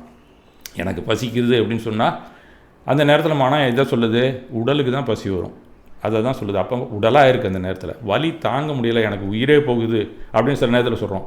அந்த நேரத்தில் உயிராக இருக்குது. ஆனால் எல்லாமே மனம் தன்னை உயிராகவும் கற்பித்துக் கொள்கிறது, உடலாகவும் கற்பித்துக் கொள்கிறது. ஆக எந்த செயல் இருந்தாலும் உயிர் தான் உடல் தான் அப்படின்னா அந்த இடத்துல மனம்தான் வேலை செய்து கொண்டு இருக்கிறது. நீங்கள் என்ன செஞ்சாலும் மனசு தான் எல்லாத்துக்கும் அத்தாரிட்டியாக இருக்குங்கிற ஒரு உண்மையை நாம் தெரிந்து கொள்ள வேண்டும். இதில் எந்த சந்தேகமும் வர வேண்டிய அவசியமே இல்லை. இப்போ மனம் அற்ற நிலை அப்படின்னு சொன்னால் நாம் இல்லைன்னு அர்த்தம். மனமற்ற நிலைக்கு நான் போயிட்டேன், மனம் கடந்த நிலை கூட பரவாயில்ல, மனம் அற்ற நிலைக்கு போகிறதுன்னு சொன்னால் ஆள் அவுட்டுன்னு அர்த்தம், வேறு ஒன்றும் கிடையாது. அந்த மாதிரிலாம் உங்களுக்கு யாராவது வாக்கு கொடுத்து உங்களுக்கு நான் இதை சொல்லித்தரேன், இதை படிங்க அப்படின்னு சொன்னால் உங்கள் நேரம் தான் வேஸ்ட் ஆகும். அந்த ஏரியாவில் அந்த தத்துவத்துக்கு போய் யாரும் அதில் போய் மாட்டிக்கொள்ள வேண்டாங்கிறது என்னுடைய தனிப்பட்ட கருத்து. இப்போ நீங்கள் ஜூம் மீட்டிங்கு வரணும்னா கூட யார் வர்றா? உயிராக வருது, உடலாக வருது, மனம் தானே வருது. அது சொன்னதுனால தான் வரோம். நம்ம மனம் முடிவெடுத்தால்தான் உயிர் துணை புரிகிறது, உடலும் துணை நிற்கிறது. இதுதான் உள்ளுக்குள்ளே நடக்கக்கூடியது. ஆக மனமே அதிகார முழுமைக்குமாக அம்சமாக இருக்கும். பின்னால் இருந்து மனதை ஊழ் இயக்குகிறதுங்கிறதான் தத்துவம் சொல்லுகிறது. அதே மனம் கூறும் வழியில் தான் நாம் செயலாற்றும் போது புதிய ஊழ் வந்து நம்மை ஆட்கொள்ளுகிறது. இது வாழ்க்கை சுழல் அப்படின்னு சொல்லப்படுகிறது. 2 வழியையும் தடுக்க தத்துவம் என்ன சொல்கிறது? விதிவட்ட வழியே நொந்து கொள்ளாமல் வாழ்ந்து விட்டு போ அப்படின்னு சொல்லுது. அதே சமயம் விதியை மதியால் வெல்ல முயற்சிக்கலாம் என்றும் அறிவுறுத்துகிறது. இது 2மே சொல்லப்படுகிறது தத்துவங்களில். தானாக பக்குவப்பட்டு பலன் தருவதற்கு சவிபாகம் அப்படின்னு சொல்லுவாங்க. நாம முயற்சி செய்து பக்குவத்தை கொண்டு வந்து பலனை அனுபவிப்பதற்கு அவிபாகம் அப்படின்னு வினை தத்துவம் எடுத்துரைக்கிறது. ஆக விதின்னு ஒன்று இருக்குன்னா மதியம் இருக்குது அப்படின்னு சமண தத்துவம் மாதிரி சில தத்துவங்கள் நன்றாக வலுவாக எடுத்துரைக்கின்றன. அந்த ஏரியாவிலையும் நாம் பயணிப்பது தான் நமக்கு மிக மிக நல்லது. ஆனால் விதி விட்ட வழியிலே வாழ்ந்து விட்டு செல்லணும்னு நினச்சா திருப்பி திருப்பி நமக்கு வந்து கொண்டு தான் இருக்கும். நம்ம எதிர்காலத்தில் வரக்கூடிய அந்த வினைகள் வராமல் தடுத்து பழைய வினைகளை எப்படி கழிக்கிறதுங்கிற டெக்னாலஜி தான் அந்த அவிபாகத்திலே சொல்லப்பட்டிருக்கிறது. அந்த பக்கத்தில் வேணால் நம்ம முயற்சி செய்யலாம். அது மிக மிக கஷ்டமான விஷயமாக தான் எனக்கு படுது. அதை முயற்சி செய்வரங்கள் முயற்சி செய்து பார்க்கலாம். ஆக மனமே அழுத்தத்திற்கும் நெருக்கடிக்கும் காரணம், அமைதிக்கும் காரணம். இந்த 3மே அத்தாரிட்டியாக இருக்கிறது அந்த மனம்தான் அப்படிங்கிறது நாம் தெரிந்து கொள்ள வேண்டிய உண்மை. ஆக டெசிஷன் மேக்கர் அப்படின்னு சொன்னால் 3 வகை செயலுக்கும் அதிபதி. அது என்ன 3 வகை செயல் அப்படின்னு சொன்னால், நாம் ஏதாவது திங்கிங் பண்ணி செயலாற்ற போகிறோம் அப்படின்னு சொன்னாலும், புதுசாக ஒரு புரிதலை கொண்டு வருகிறோம்னு சொன்னாலும், அதுவும் ஒரு தாட் ப்ராசஸ் ஆகி ஒரு தாட்டாக தான் இருக்கும். அதுக்கு பேர் எண்ணம். அந்த தாட்டுக்கு பேர் எண்ணம். நீங்கள் புறத்தில் செயலாற்றணும் அப்படின்னு நினச்சாலும் அதுக்கு பேர் தான் எண்ணம், சிந்தனை. இந்த சிந்தனை என்ன சொல்லுதோ அதன் வழியில் நாம் பேசுவோம், வெளியில் நாம் செயலாற்றுவோம். ஆக 3 விதமான செயல்பாடு நம்மக்கிட்ட நடக்குது. மனசுக்குள்ளே நடக்கிறது நமக்கு தெரியல, புறத்தில் நம்ம பேசுகிறதும் நாம் என்ன செய்கிறோமோ, கையாட்டுறோம், காலாட்டுறோம், இதை எடுக்கிறோம், போகிறோம், வரோம், இந்த வேலைகள்லாம் நடந்து கொண்டு இருக்கிறது. இதுதான் நமக்கு 3 செயலுக்கு அதிபதி. யாருன்னா இப்போதைக்கு மனம்தான். ஆனால் அது நீங்கள் ஃபிலாசபிலாம் ரொம்ப டீப்பாக படிக்கும்போது ஒரு பரீட்சை எழுதணும்னா அந்த இடத்துல ஆன்மா அப்படிங்கிறது வரும். அது அன்றைக்கி நீங்கள் தெரிஞ்சுக்கலாம். ஆனால் அதனால் ஒன்றும் பயன் இருக்கிறது மாதிரி எனக்கு தெரியல. ஆக 3 விதமான திரிகரண சுத்தி அப்படின்னு சொல்லுவாங்க. அந்த 3 கரணத்தையும் செய்யக்கூடியது மனம்தான். அதில் ஒன்றும் சந்தேகமே கிடையாது. ஆக அறவழியில் இருந்தாலும் அறமற்ற வழியாக இருந்தாலும் உடலும் உயிரும் மனம் சொல்வதற்கு இணங்கித்தான் செல்கின்றன அப்படிங்கிறது தான் முடிவான கருத்து. அந்த அறமற்ற வழியில் புத்தின்னு ஒன்று உள்ளே இருக்குது. அது தடுத்தாலும் கூட அகங்காரம் என்னமோ செயலாற்றி விடுகிறது அப்படிங்கிறதும் இது நமக்கே தெரியாமல் நடக்கக்கூடிய செயல்தான். ஆக மனதிற்கு நல்ஞானம் இருந்தால் மட்டுமே தன் முடிவை தானே மாற்றிக்கொள்ளும். ஆக மனம் பற்றிய புரிதல் இம்மைக்கும் மறுமைக்கும் நன்மை செய்வதாக அமையும். ஆக வாழ்க்கையின் மையம் அப்படின்னு சொன்னால் உள்ளம்தான். உள்ளம் என்ன சொல்லுகிறதோ அதன்படி இன்றைய வாழ்க்கையும் நடக்கிறது. நாளைக்கு நாம் எப்படி இருக்கணும், இறந்தால் நாம் எங்கே போகிறோன்னு தத்துவம் சொல்லுதில்ல, அந்த அடிப்படையில் மறுமைக்கும் இதுதான் காரணமாக இருக்கிறது. இந்த வாழ்க்கையின் மையம் உள்ளம்தான். அதனால் ஊழுக்கு காரணமும் உள்ளம்தான். அதனால் இது ரெண்டையும் நாம் அவசியமாக தெரிந்து கொள்ள வேண்டும். ஊழ் நம்ம கையிலேயே இல்லை, அதில் என்ன கால்குலேஷன் நமக்கு கம்ப்ளீட்டாக தெரியாது. அப்போ உள்ளத்தில் இருக்கக்கூடிய கால்குலேஷன் நாம் தெரிஞ்சுக்கிட்டோம்னா நம்ம வாழ்க்கைக்கு மிக மிக பயன்படாக இருக்கும் அப்படிங்கிற அடிப்படையில் தான் சொல்லப்படுகிறது. இது நம்ம சாமி நமக்கு எல்லாமே கொடுத்துருவார் அப்படின்லாம் ஒரு நம்பிக்கை இருக்குது. அந்த மாதிரிலாம் ஒன்றும் சினிமாவில் கூட சொல்லுவான், ஆண்டவன் சொல்கிறான் அருணாச்சலம் செய்கிறான், அந்த கதையெல்லாம் அந்த கர்மாவுக்கு கிடையாது. நீ தான் செய்கிற, ஏன்னா ஆண்டவனே நீ தான். அந்த ஏரியா புரியாமல் எங்கேயோ ஒரு ஆள் சொல்கிறாரு நான் நடந்துட்டேன் அப்படின்னு சொல்லிட்டு போனீங்கன்னா ஒரு நாளைக்கு உனக்கு குற்ற உணர்வு வரதான் செய்யும். அன்னைக்கு நீ சிக்கிக்கிட்டு அதிலே நின்றுட்டு இருப்ப அப்படிங்கிறது தெரியாமல் சொல்லக்கூடிய கருத்து. அதெல்லாம் சினிமாவில் எழுதக்கூடிய வசனங்கள். அதை நினச்சிக்கிட்டு எல்லாத்தையும் சரி செய்யும் நடுநிலை ஆண்டவன் இந்த உலகத்தில் இல்லை அப்படிங்கிற புரிதல் இருந்தால் போதும். உதாரணத்துக்கு வேணால் சொல்கிறேன், ஐன்ஸ்டீன் தன்னுடைய நண்பர்கள் சிலரோட ஃப்ரெண்ட்ஷிப்லாம் இருக்கும்போது உட்காந்து சாப்பிட்டுட்டு இருக்காங்க எல்லாம். அவருக்கு எய்த்தாப்பில் இருக்கக்கூடிய அவருடைய நண்பர் அந்த தட்டில் கொண்டாந்து எல்லாருக்கும் வழங்குறாங்க. அதில் ஃபிஷ் கொடுக்குறான், மீனை கொண்டாந்து கொடுத்தோன்னே அவர் கையெடுத்து கும்புறார், இந்த மீனை எனக்கு இன்றைக்கு அளித்த கடவுளுக்கு நன்றி அப்படிங்கிறார். ஐன்ஸ்டீன் உடனே சிரிச்சிட்டு இருந்தார். என்ன சிரிக்கிற அப்படின்னு இவர் ஃப்ரெண்டு கேட்குறாரு. அதுக்கு சொல்கிறாரு, அதெல்லாம் கரெக்டு தான், அந்த மீனுக்கு கருணை காட்டாதது யார் அப்படின்னு கேட்டாராம் அவர். அப்போ கருணையும் கொடுமையும் நம்ம மனசில் தான் இருக்குது அப்படிங்கிறத நம்ம தெரிந்து கொள்ள வேண்டும். இது எந்த கடவுளும் உங்களுக்கு கருணையும் காட்டலை, ஒரு மண்ணும் காட்டலை அப்படிங்கிறத நாம் தெரிந்து கொள்ளலாம். அதுமாதிரி இப்போ லேட்டஸ்ட்டாக நடந்த ஃப்ளைட்டில் கூட 200 பேர் இறந்து போயிட்டாங்க, ஒருத்தர் மட்டும் பிழைத்தார். அவர் பேட்டி கொடுக்கும்போது என்ன சொன்னார், என்னை மட்டும் காப்பாற்றிய தெய்வத்துக்கு நன்றி அப்படின்னாரு. அப்படின்னா 200 பேரை கொன்ன அந்த கடவுளை என்ன சொல்கிறது நம்ம? அப்போ 200 பேரை போட்டு தள்ளிட்டு தானே உன்னை காப்பாற்றிருக்காரு அந்த கடவுள் அப்படின்னு ஒரு கமெண்ட் கூட அதுக்கு நாம் எழுதலாம். ஆக எந்த ஒரு தெய்வமும் தனி மனிதனை சரி செய்து எந்த உலகினையும் சீர் செய்வதில்லை அப்படிங்கிற உண்மையை நாம் தெரிந்து கொள்ள வேண்டும். அதுதான் பகவான் எடுத்து உரைக்கக்கூடிய ஞானம். முதல்ல தெய்வம் அப்படின்னா நம்ம தான் தெய்வம், நம்ம தான் கடவுள், நம்ம தான் நமக்கான வினையை ஈட்ட வேண்டும், கழிக்க வேண்டும் அப்படிங்கிற உண்மையை நாம் தெரிந்து கொண்டு இந்த ஏரியாக்குள்ளே நாம் நுழையணும் அப்படிங்கிறது தான் முக்கியமான கருத்து. அகச்செயல் புறச்செயல் சார்ந்து நம்ம பொறுப்புணர்வை உள்ளத்தில் இருத்துவிட்டால் போதும், நமது கனவு நிறைவேறுவது உறுதி அப்படின்னு தான் சொல்லப்படுகிறது. இப்போ நம்மள்கிட்ட ஃபிசிக்கல் பாடி இருக்குது, சைக்கிக் பாடி அப்படின்னு சொல்லி 2 விதமான சரீரங்கள் இருக்கின்றன அப்படின்னு சொல்லுவாங்க. 3 விதமாக கூட சொல்லுவாங்க, ஸ்தூல சூட்சும கார்மண சரீரம் அப்படின்னு சொல்லப்படுகிறது. அந்த மாதிரி நம்ம உடம்பில் ஃபிசிக்கல் பாடி இருக்குது, சைக் அப்படின்னு சொல்லக்கூடிய அது ஒரு அந்த கரணத்துக்கு பேரே சைக்கு தான் ஆக்சுவலாக. ஏன்னா சிக்மண்ட் ஃப்ராய்டு அப்படி தான் சொல்கிறார். அந்த கரணம்னு அவர் சொல்லலை. சிக்மண்ட் ஃப்ராய்டோட நூலெலாம் நீங்கள் படிச்சிருந்தீங்கன்னா அதில் அப்படி தான் குறிப்பிடுவார் அவர். எல்லாமே உள்ளுக்குள்ளே இருக்கக்கூடிய மனம் பற்றிய செய்திகள் எல்லாமே அவர் சைக் அப்படிங்கிற சைக் அனாலிசிஸ் தான் அவர் பண்ணியிருக்கார். ஃபஸ்ட்டு அவர் தான் முதல்ல இந்த மனம் சம்மந்தப்பட்ட விஷயங்கள்லாம் எப்படிங்கிறது தத்துவ ஞானிகள் என்ன சொன்னாங்களோ அதை படித்தார்னு தெரியல, படிக்காமல் அவருக்கே இன்ஃப்ளூயன்ஸாக வந்ததுன்னு தெரியல. பல விஷயங்கள் அவர் சொல்கிறார். அந்த நூல்களை படித்திங்கன்னா உங்களுக்கு நன்றாகவே தெரிந்து கொள்ளலாம். மேலும் நமக்கு சப்போர்ட்டிவாக இருக்கும் இந்த மாதிரி விஷயங்கள்லாம்.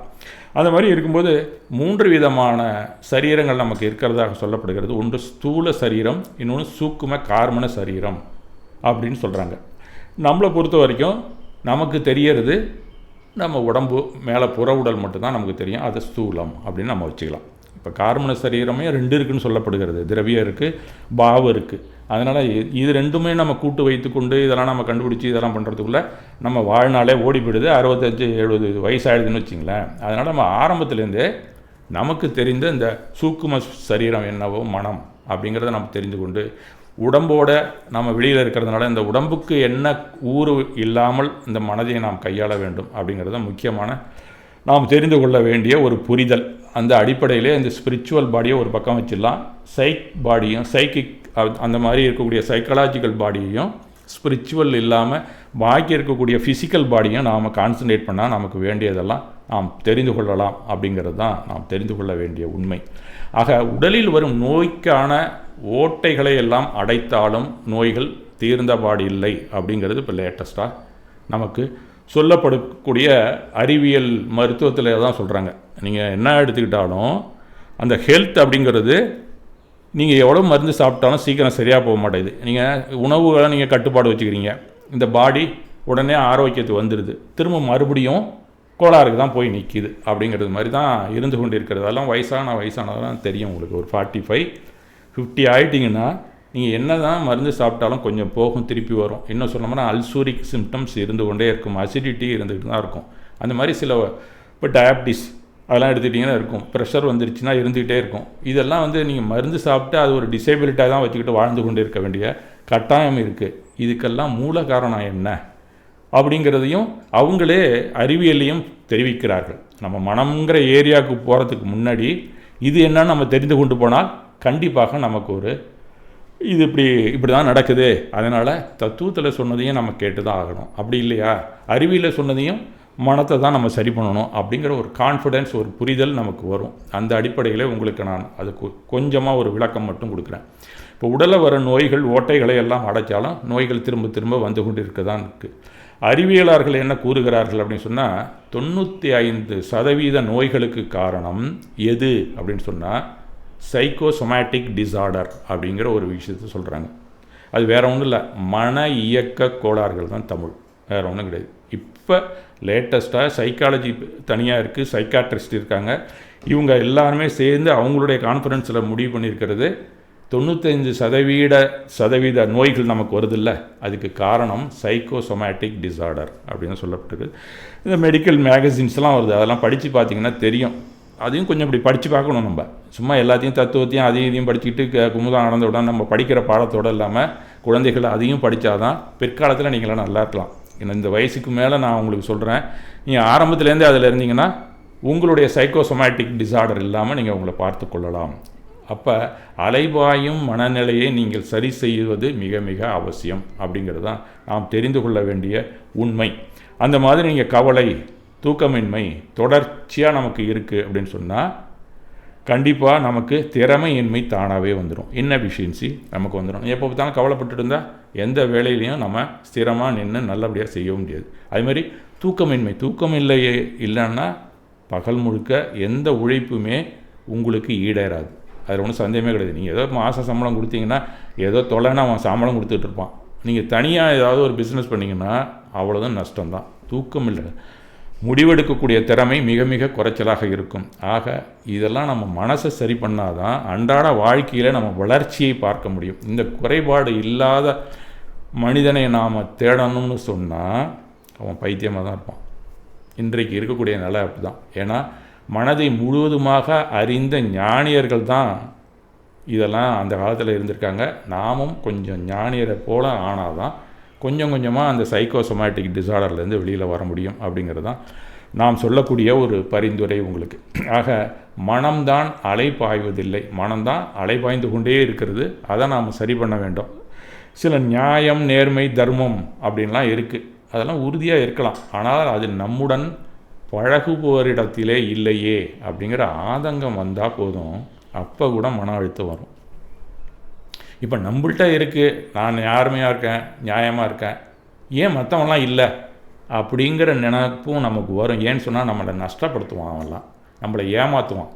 அதெல்லாம் பார்த்தோன்னே அப்போ கூட நமக்கு மன அழுத்தம் வரதான் செய்யும். அதுலேருந்து நம்ம வெளியில் வர்றது எப்படி அப்படின்னா இதெல்லாம் அப்படி தான் இருக்கும். நாம் தனி மனிதனாக நாம் முடிவு எடுத்துக்கலாம், அவனும் தனி மனிதனாக அவனுக்கு புரிதல் வர்ற வரைக்கும் அவன் அப்படி தான் நடப்பான். அதுக்காக நம்ம மன அழுத்தம் வரணும்னு அவசியம் இல்லை அப்படிங்கிற ஏரியாலாம் நிறைய அட்வைசஸ் எல்லாம் இப்போ நிறையா வந்து கொண்டு இருக்கிறது. அந்த மாதிரி மேகசின் நீங்கள் படித்தீங்கன்னா சுற்றி இருக்கிறவங்களாம் நியாயமாக, நேர்மையாக, தர்மமாக இல்லையே அப்படின்னு நம்ம நினைக்கக்கூடாது. எல்லாருக்குமே ஈகோ இருக்குது. அந்த ஈகோ இப்படி தான் அவங்கவுங்க நடப்பாங்க. அவங்கள்ட்ட தர்மம் படி நடக்கணும் அப்படின்னு நினச்சா முடியல அப்படின்னா என்ன பண்ணுவான், கொஞ்சம் கொஞ்சம் அவனை மாதிரி மாறிக்கிட்டு தான் வரக்கூடிய உலகமாக மாறிக்கொண்டு இருக்கிறது. இந்த மாதிரி நேரத்தில் நாம் மன அழுத்தம் இல்லாமல் இருக்கிறதுக்கான டெக்னிக்கு நாம் தெரிந்து கொள்ள வேண்டியது மிக மிக அவசியமாகிறது. நீங்கள் நல்லவனாக இருந்தாலும், நேர்மையாக இருந்தாலும், தர்மம் நியாயப்படி நீங்கள் நடந்தாலும் உங்களுக்கும் மன அழுத்தம் வரவே செய்யும். இது என்னோடய வயசில் தெரிஞ்ச ஒரு உண்மை. அதனால் சின்ன வயசுலேருந்தே இப்படி இருக்காங்களே அப்படின்னு நீங்கள் ஆதங்கப்பட வேணுங்கிற அவசியம் இல்லை. ஆக நமக்கும் மன அழுத்தம் வரும்.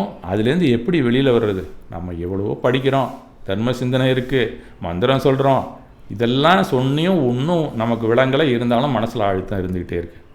ஏன் அப்படின்னு சொன்னால் அதுக்கு நம்ம புதுசான ஒரு முறையை தான் நம்ம கண்டுபிடிக்க வேண்டிய கட்டாயத்தில் நம்ம தள்ளப்படுகிறோம். அப்போ நம்ம அறிவியலுக்கு போகிறோம், சைக்காட்ரிஸ்ட்டிட்ட போகிறோம். அப்படி இல்லைன்னா நம்மளே எப்படி சரி பண்ணிக்கலாம் அப்படிங்கிற ஒரு டெக்னாலஜியை நம்மளே கண்டுபிடிக்க வேண்டியது அவசியமாக இருக்கிறது. அப்போ மனசில் ஏற்படும் உணர்ச்சி நமக்கு கடுமையான தாக்கத்தை ஏற்படுத்துகிறது. அது என்ன பண்ணுது? உடலின் இயக்கத்தை அது சீர்குலைய செய்கிறது அப்படிங்கிறது தான் உண்மை. ஆக நமக்கு நல்ல ஒரு தீர்வாக நமக்கு எல்லாம் தெரிஞ்சு கொள்ளணும் அப்படின்னு சொன்னால், நம்ம உடம்புல என்னென்ன மாதிரி ஆரோக்கியக்கேடுக்கு என்ன காரணம் அப்படிங்கிற உண்மையை நாம் தெரிந்து கொள்வது மிக மிக அவசியம். இப்போ நமக்கு பயம், மகிழ்ச்சி இவை இரண்டும் ஒரே எஃபெக்ட் தான் மனசை பொறுத்த வரைக்கும்.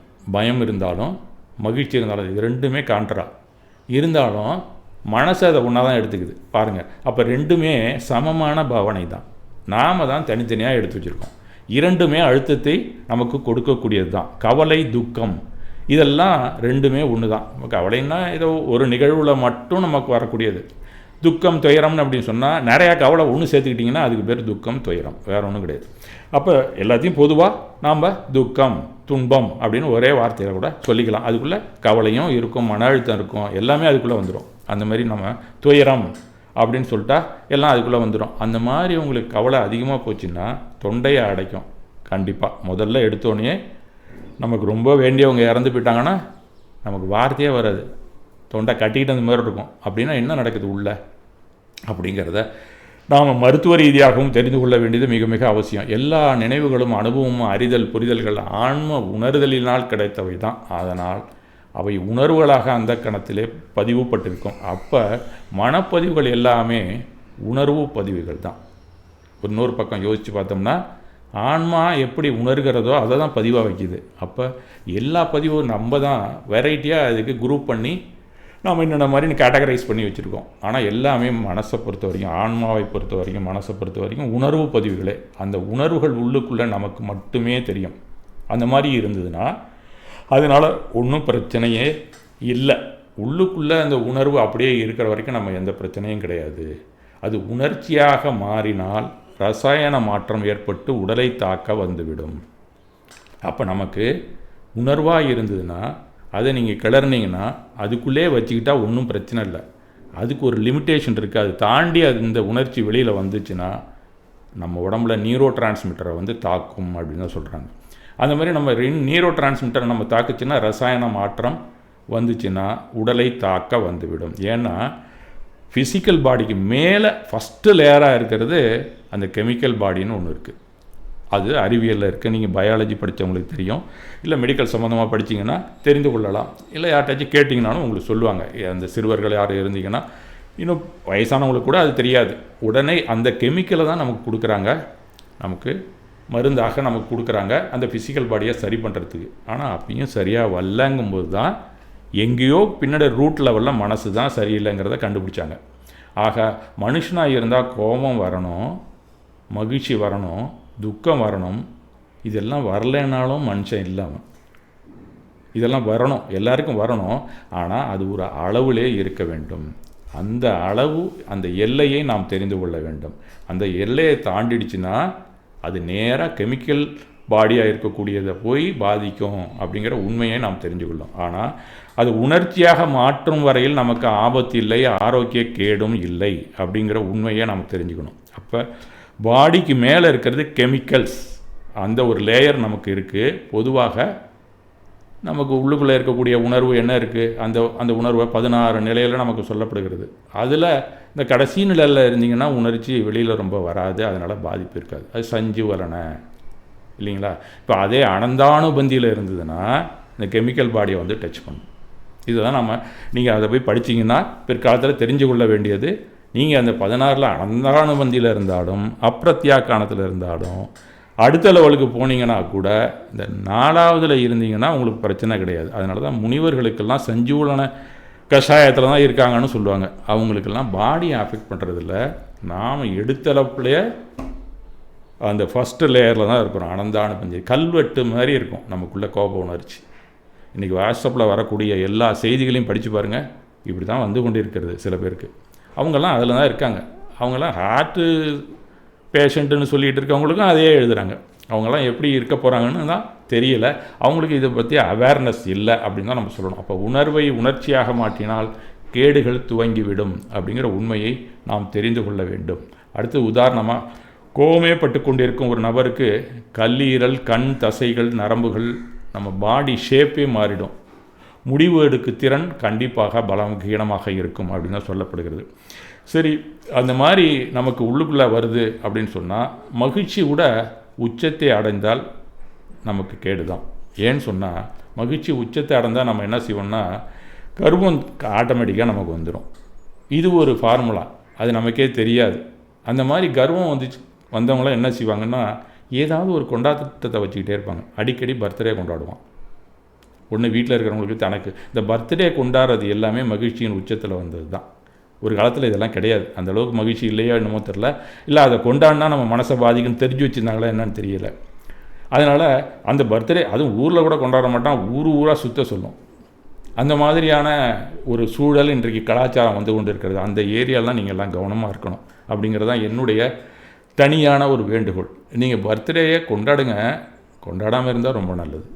ஆனால் அதுக்காக ராத்திரி 12 மணிக்கெல்லாம் எழுந்திரிச்சு தூக்கம் போச்சு. இன்றைக்கி கண்டதை வாங்கி சாப்பிட்றது உடம்புக்கு ஒத்துக்காது. இன்னும் சொல்லப்போனால் உடனே பாட்டிலை உடச்சி தண்ணியை ஊற்றி சாப்பிட்ற ஒரு கலாச்சாரம் நமக்கு வந்துடுச்சு. கண்டிப்பாக அதெல்லாம் கர்வத்தை தூண்டக்கூடியது தான். அப்போ ஆணவம் உங்களுக்கு கூடிக்கொண்டே வருகிறது என்று அர்த்தம். இதுக்கெல்லாம் காரணம் மகிழ்ச்சி அடையணுங்கிறதுக்காக நிறையா நம்ம சம்பாதிக்கிறோம்.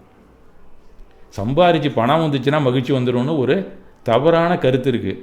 அப்போ சம்பாதிக்க நமக்கு கர்வம் தான் ஏறிக்கிட்டே போகும். இதுதான் அதனால தான் அவர் மிகுபொருள் விரும்பாமையை கொண்டாந்து அங்கே நைஸாக உள்ளே விட்டுருக்கார். ஆக அடிக்கடி பர்த்டே கொண்டாட சொல்கிறதுக்கு காரணமும் மகிழ்ச்சியின் உச்சத்தை அடையக்கூடிய அந்த கர்வம் தான் அப்படிங்கிறத நம்ம தெரிஞ்சு கொள்ள வேண்டும். இப்போ அம்மா அப்பா இருக்காங்க, அவங்க பர்த்டே கொண்டாடலாம். நாம் என்ன பெருசாக, அவங்க ஏதோ சாதனை பண்ணிட்டாங்க, நம்ம பிள்ளை பிறந்துட்டுன்னு நினைக்கலாம். அதாவது விடுங்க, நாம் என்ன சாதனை பண்ணியிருக்கோம், நம்ம ஏன் கொண்டாடணும் அப்படின்னு நாம் நினச்சோம்னா கொஞ்சம் கொஞ்சமாக ஒரு வயசுலேருந்து வித்ட்ரா ஆகிடும். இப்போ எங்களுக்கெல்லாம் எங்கள் அம்மா அப்பா கொண்டாடினாங்க, அதுக்கப்புறம் இல்லை. அந்த ஆதங்கத்தில் நான் உங்கள்கிட்ட சொல்லலை. அது உங்களுக்கு ஒரு கர்வமாக மாற வேண்டாம்.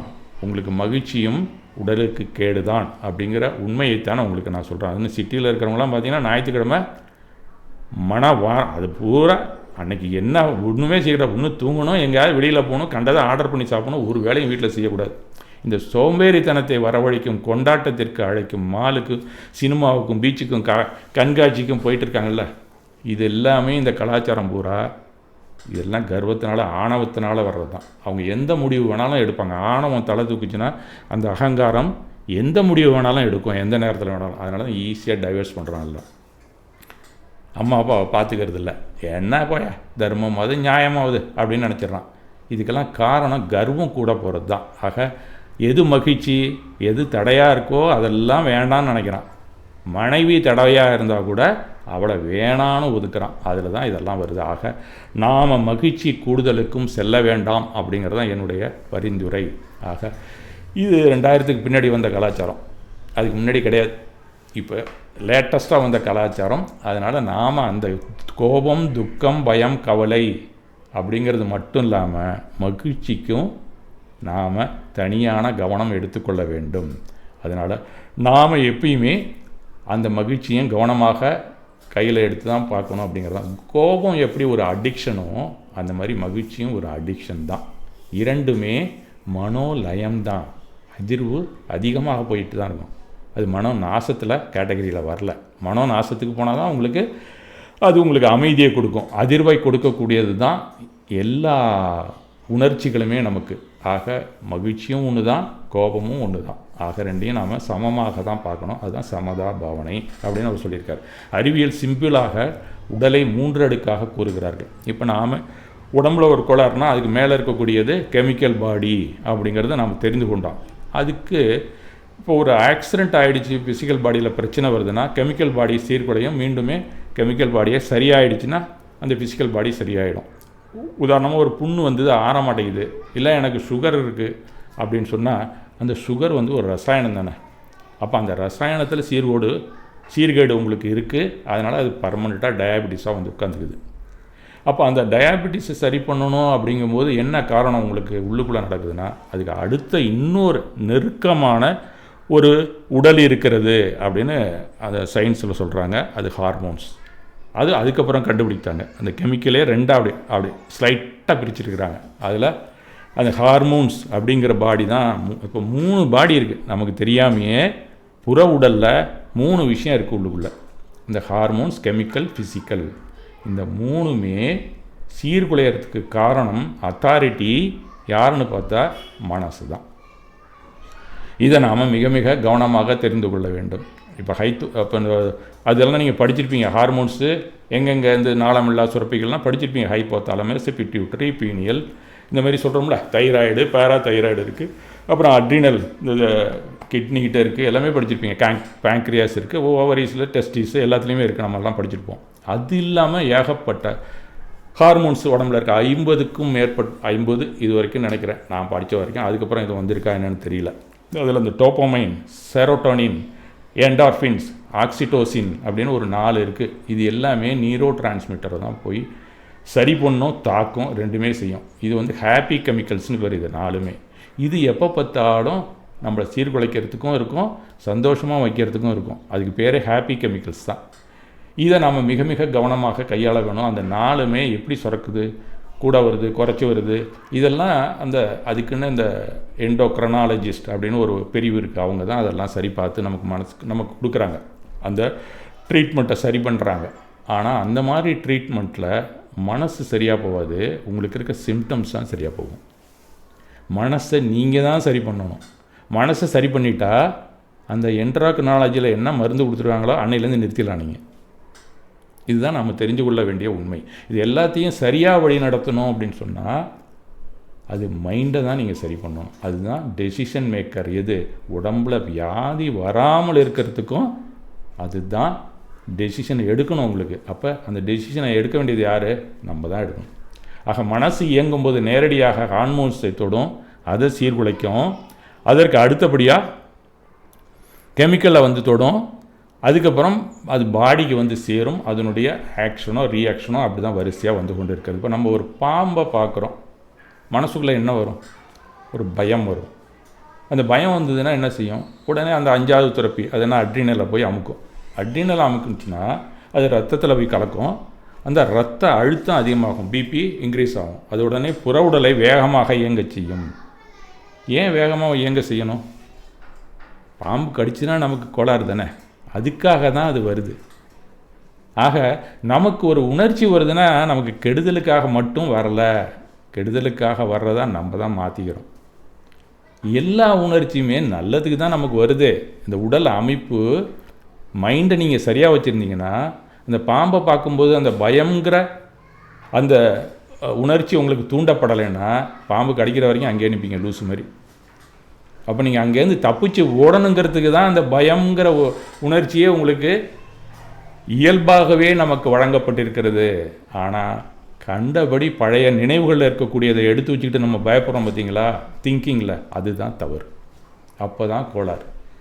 அந்த உணர்ச்சி பர்மனெண்ட்டாக நம்ம உடம்புலே இருக்குது.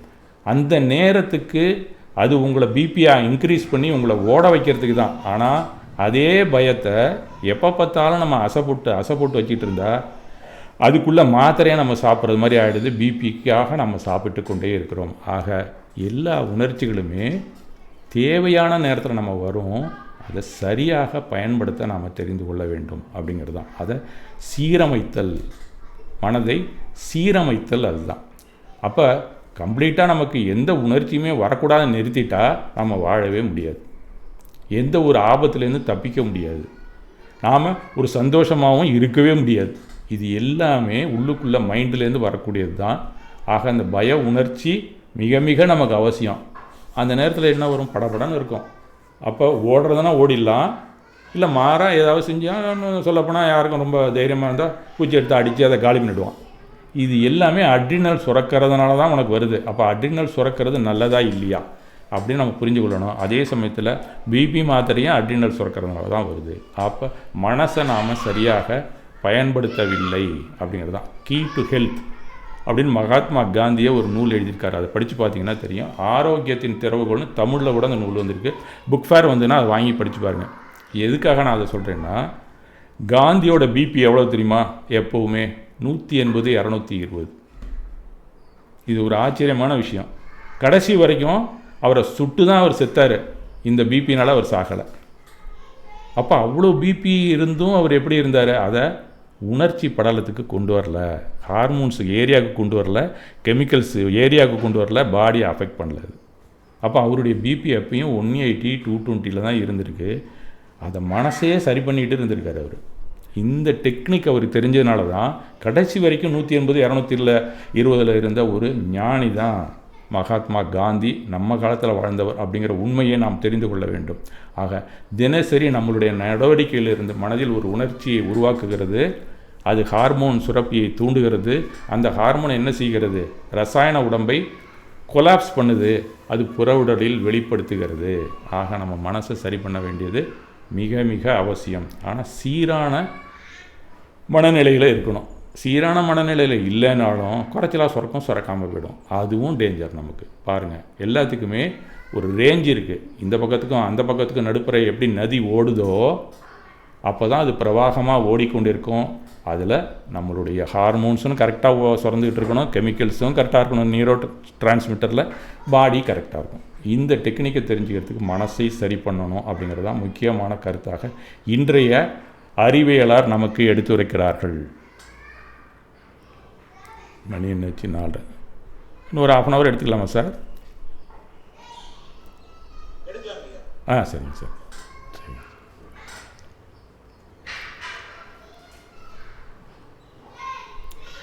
இப்போ நம்ம உணர்வு அப்படிங்கும்போது சில அடுக்குகள் இருக்கின்றன நமக்கு. அதை நம்ம கொஞ்சம் புரிஞ்சுக்கிட்டால் நமக்கு நல்லது. இப்போ மனசு அப்படின்னு சொன்னால் மனம், புத்தி, சித்தம், அகங்காரம், மனதின் செயல்பாடை பற்றி நாம் தெரிந்து கொண்டு இருக்கிறோம். அதை ஒரு அடுக்காக தான் சொல்லுவாங்க. இன்னும் சில பேர்னா கோஷங்களாக பிரித்து வச்சுருப்பாங்க.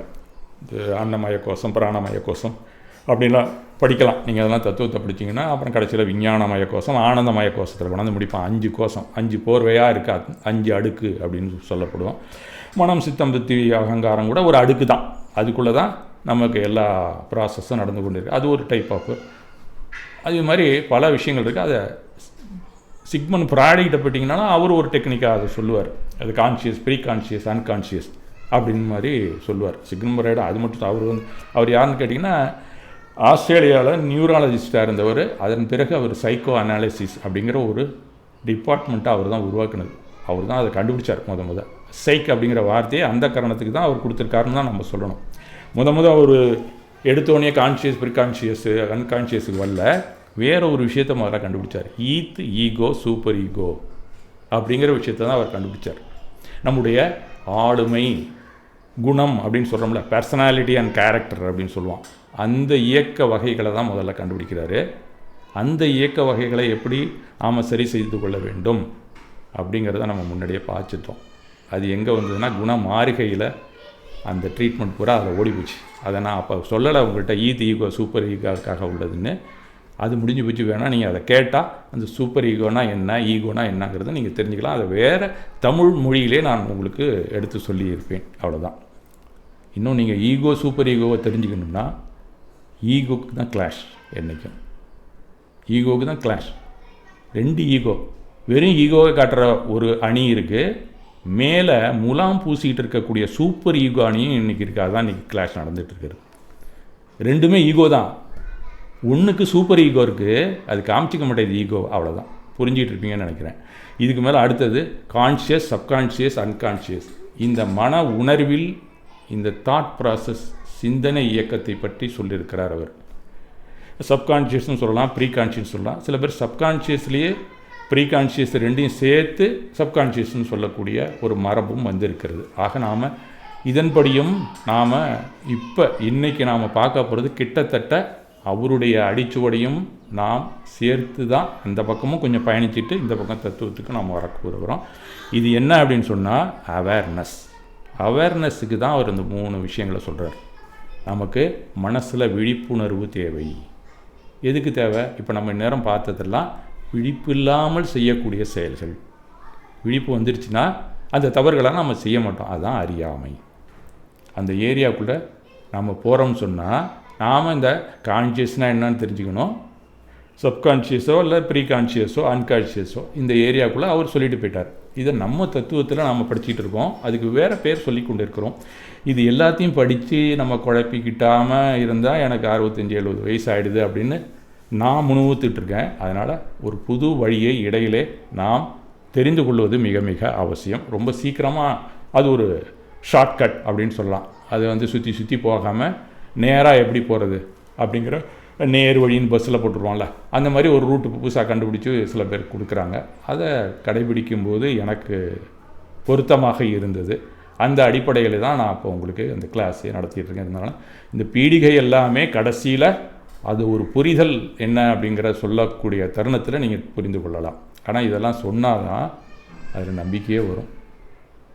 இப்போ தத்துவத்தை முழுக்க சொல்லிவிட்டு மகாவீரர் போயிருந்தாருன்னா நாம் சரி தத்துவத்தை கொஞ்சம் தான் எடுத்துப்போம், அதோடு விட்டுருப்போம். ஆனால் அவர் திருலோகத்தை பற்றியும் சொல்லிட்டார். இதெல்லாம் இங்கே இருக்கு, நீ புண்ணியம் பண்ணால் அங்கே போகலாம், பாவம் பண்ணால் கீழே போகலாம். அப்போ நம்பிக்கை கொண்டாந்து அங்கே வைக்கிறார் அவர். அந்த மாதிரி சில விஷயங்களை நாம் உங்களுக்கு சொல்லணும்னா வெறுமை சொல்லிட்டு போனால் பத்தாது. எத்தனை அடுக்கு இருக்குது உடம்புல. அப்போ மனசுலேருந்து பாடிக்கு வரும்போதெல்லாம் கெமிக்கல் இருக்குது, ஹார்மோன்ஸ் இருக்குதுன்னு சொன்னால் தான் அந்த டெக்னாலஜியை நீங்கள் ஒத்துப்பீங்க. ஆக இதெல்லாம் உண்மைகள் தான். அந்த வழியில் நாம் போய் தெரிந்து கொள்ள வேண்டும் என்பது தான் என்னுடைய அவா. அப்போ அடிமனது மற்றும் வெளிமனது அப்படிங்கிறத நாம் 2ஆக பிரித்து கொள்வோம். நம்மளை பொறுத்த வரைக்கும் அந்த 3 அடுக்கெல்லாம் நமக்கு தேக வேண்டியதில்லை. 2ஆக நம்ம பிரித்து கொண்டாக்கா நமக்கு கொஞ்சம் ஈஸியாக இருக்கும். நம்ம அடுத்த ஸ்டெப்பு போகிறது ஒரு 4-5 வருஷம் 10 வருஷத்தை நீங்கள் கட் பண்ணிடலாம். நீங்கள் போய் படிக்கணும்னு அவசியம் இல்லை.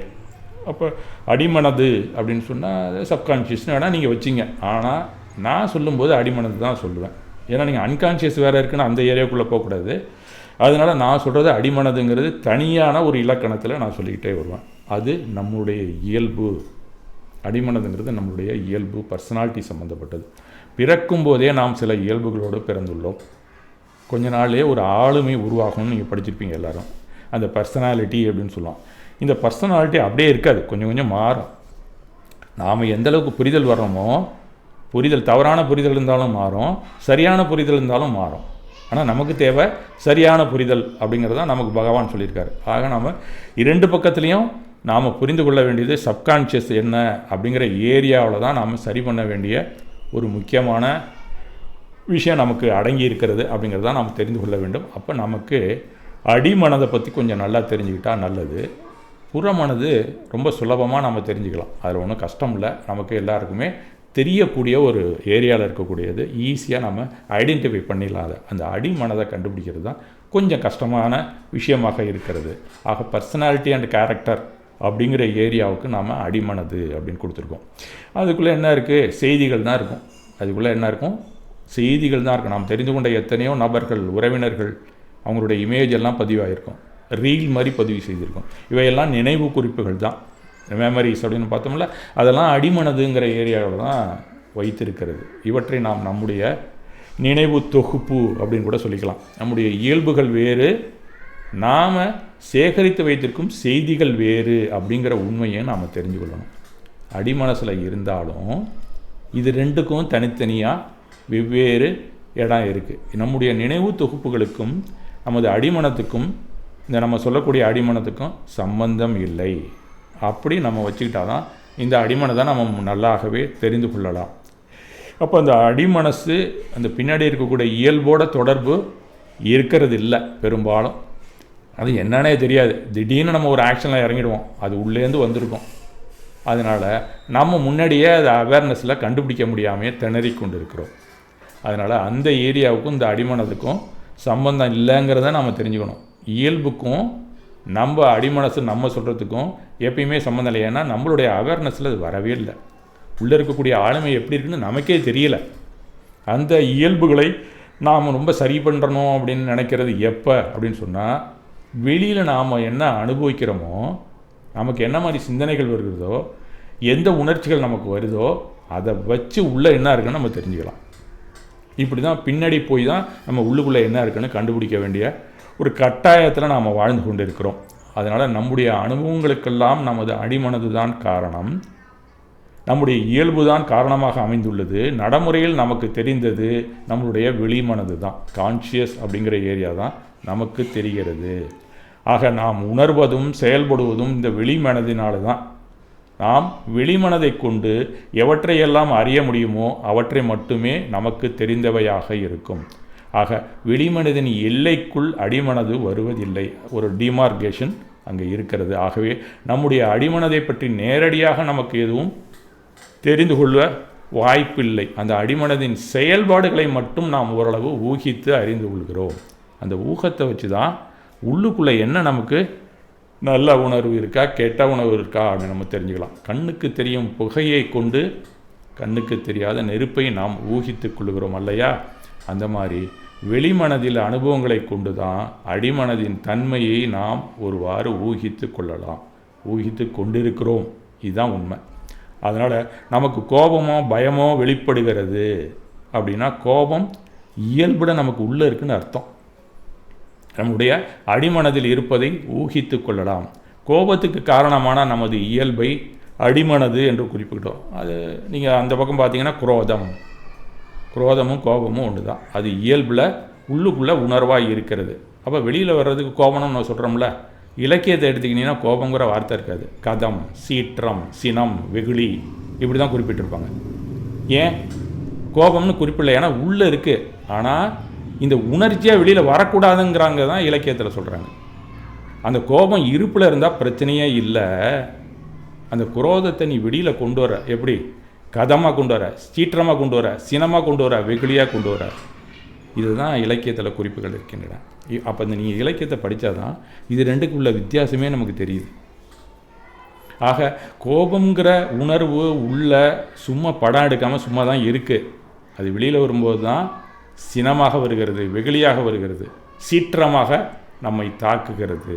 அப்போ தான் அது உணர்ச்சி பெருக்காக வந்து ஹார்மோன்ஸ் தட்டுது, கெமிக்கல்ஸ் தட்டுது, அப்புறம் உடலையும் சீராக்காமல் சீர்குலைய செய்கிறது.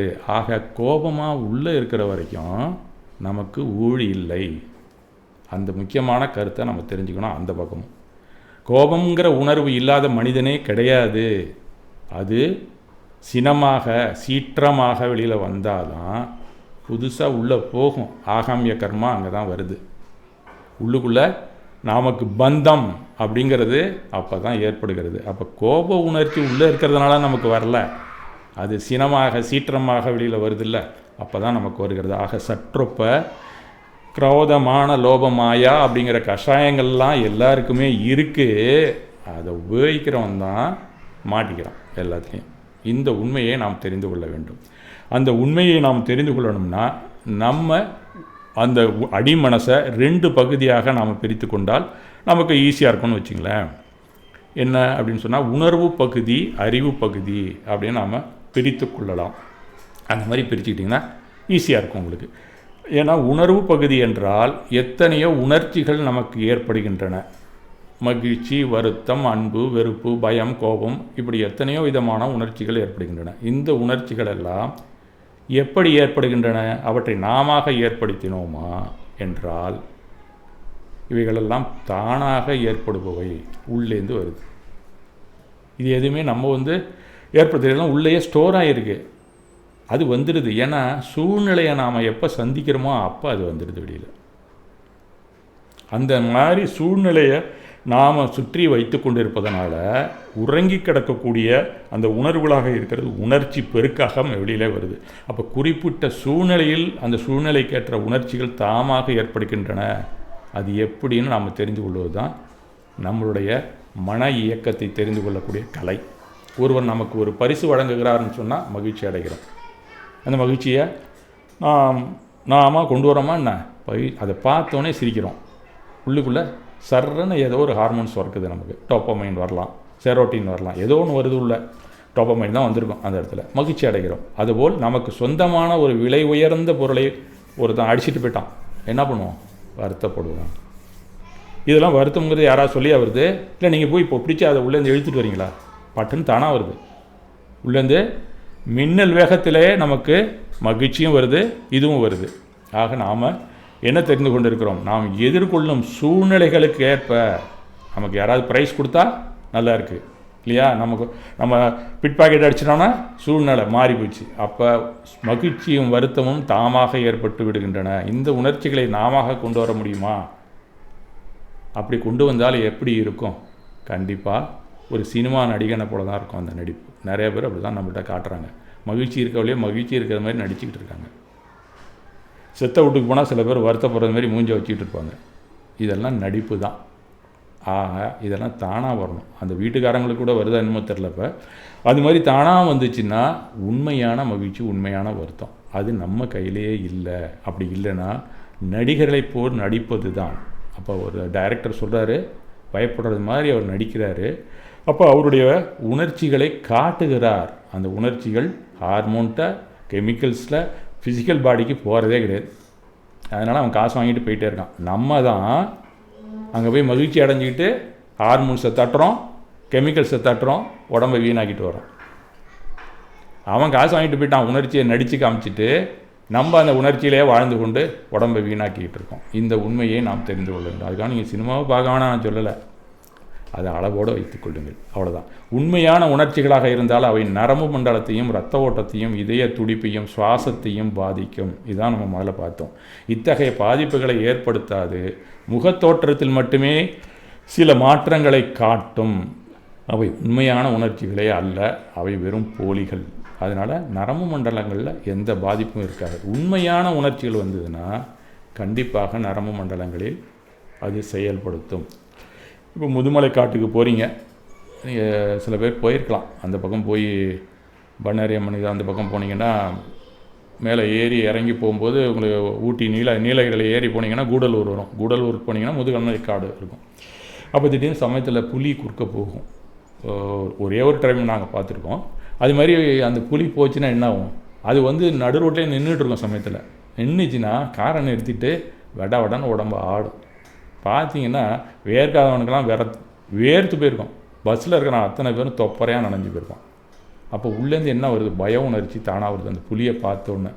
அப்போ அந்த சூழ்நிலையில் புலி தான் நம்மளுக்கு அந்த பய உணர்ச்சியை தூண்டி நம்மளை வேர்க்க வச்சுருக்கு. நமக்கு அப்போ என்ன இருக்கும்? கண்டிப்பாக பிபி கூட தான் இருக்கும். ஆக நம்மளுடைய இப்படி ஒரு பயத்தை நாம முயன்று கொண்டு வர முடியுமா? எனக்கு வேர்க்கிறது மாதிரினா கையில் ஸ்ப்ரே வச்சு அடிச்சுட்டு தான் அடிக்கணும். அதை இப்படி நம்மை அறியாமல் நமக்குள் ஏற்படும் இந்த பகுதியை உணர்வு பகுதி, கான்சியஸ் பார்ட் அப்படின்னு சொல்லலாம். அந்த உணர்வு பகுதிக்கு இங்கிலீஷில் கான்சியஸ் பார்ட் அப்படின்னு நம்ம வச்சுப்போம். மனதின் அடுத்த பகுதி அறிவு பகுதி. அறிவு பகுதி என்பது தாமாக ஏற்படும் பகுதி அல்ல, இது நாம சிந்தித்து செயல்படும் பகுதி. அப்படின்னா இங்கிலீஷில் திங்கிங் ஜோன் அப்படின்னு நம்ம சொல்லலாம் இல்லையா? அதுதானே இது.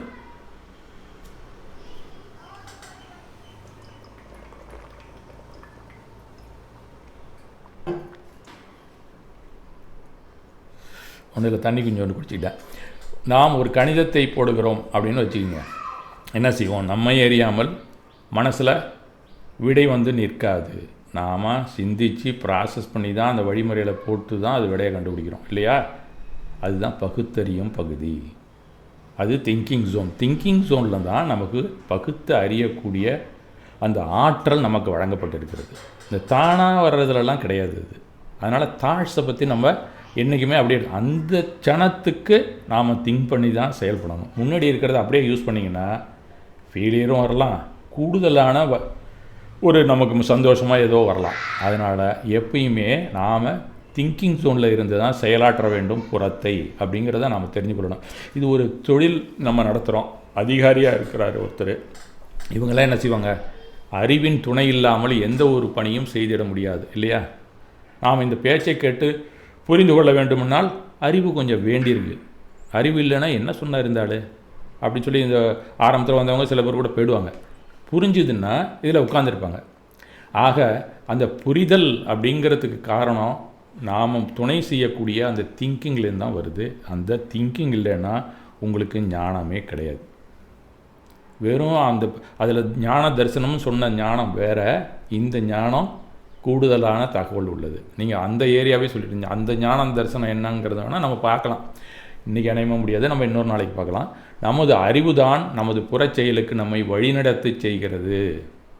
கண்டிப்பாக நமக்கு மிக மிக அவசியம் அந்த அறிவு தான். அது இன்னும் கரெக்டாக சொல்லணும்னா அறிவு திறன் தான்.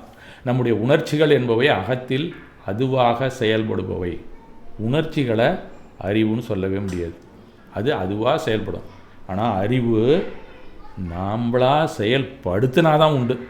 ஆக இப்படி மனது தாமாக செயல்படும் ஒரு அம்சமுள்ள பகுதியாகவும் நாம செயல்படுத்தும் அம்சமாகவும் 2 பகுதியாக இருக்கிறதுங்கிறத நம்ம தெரிந்து கொள்ள வேண்டும்.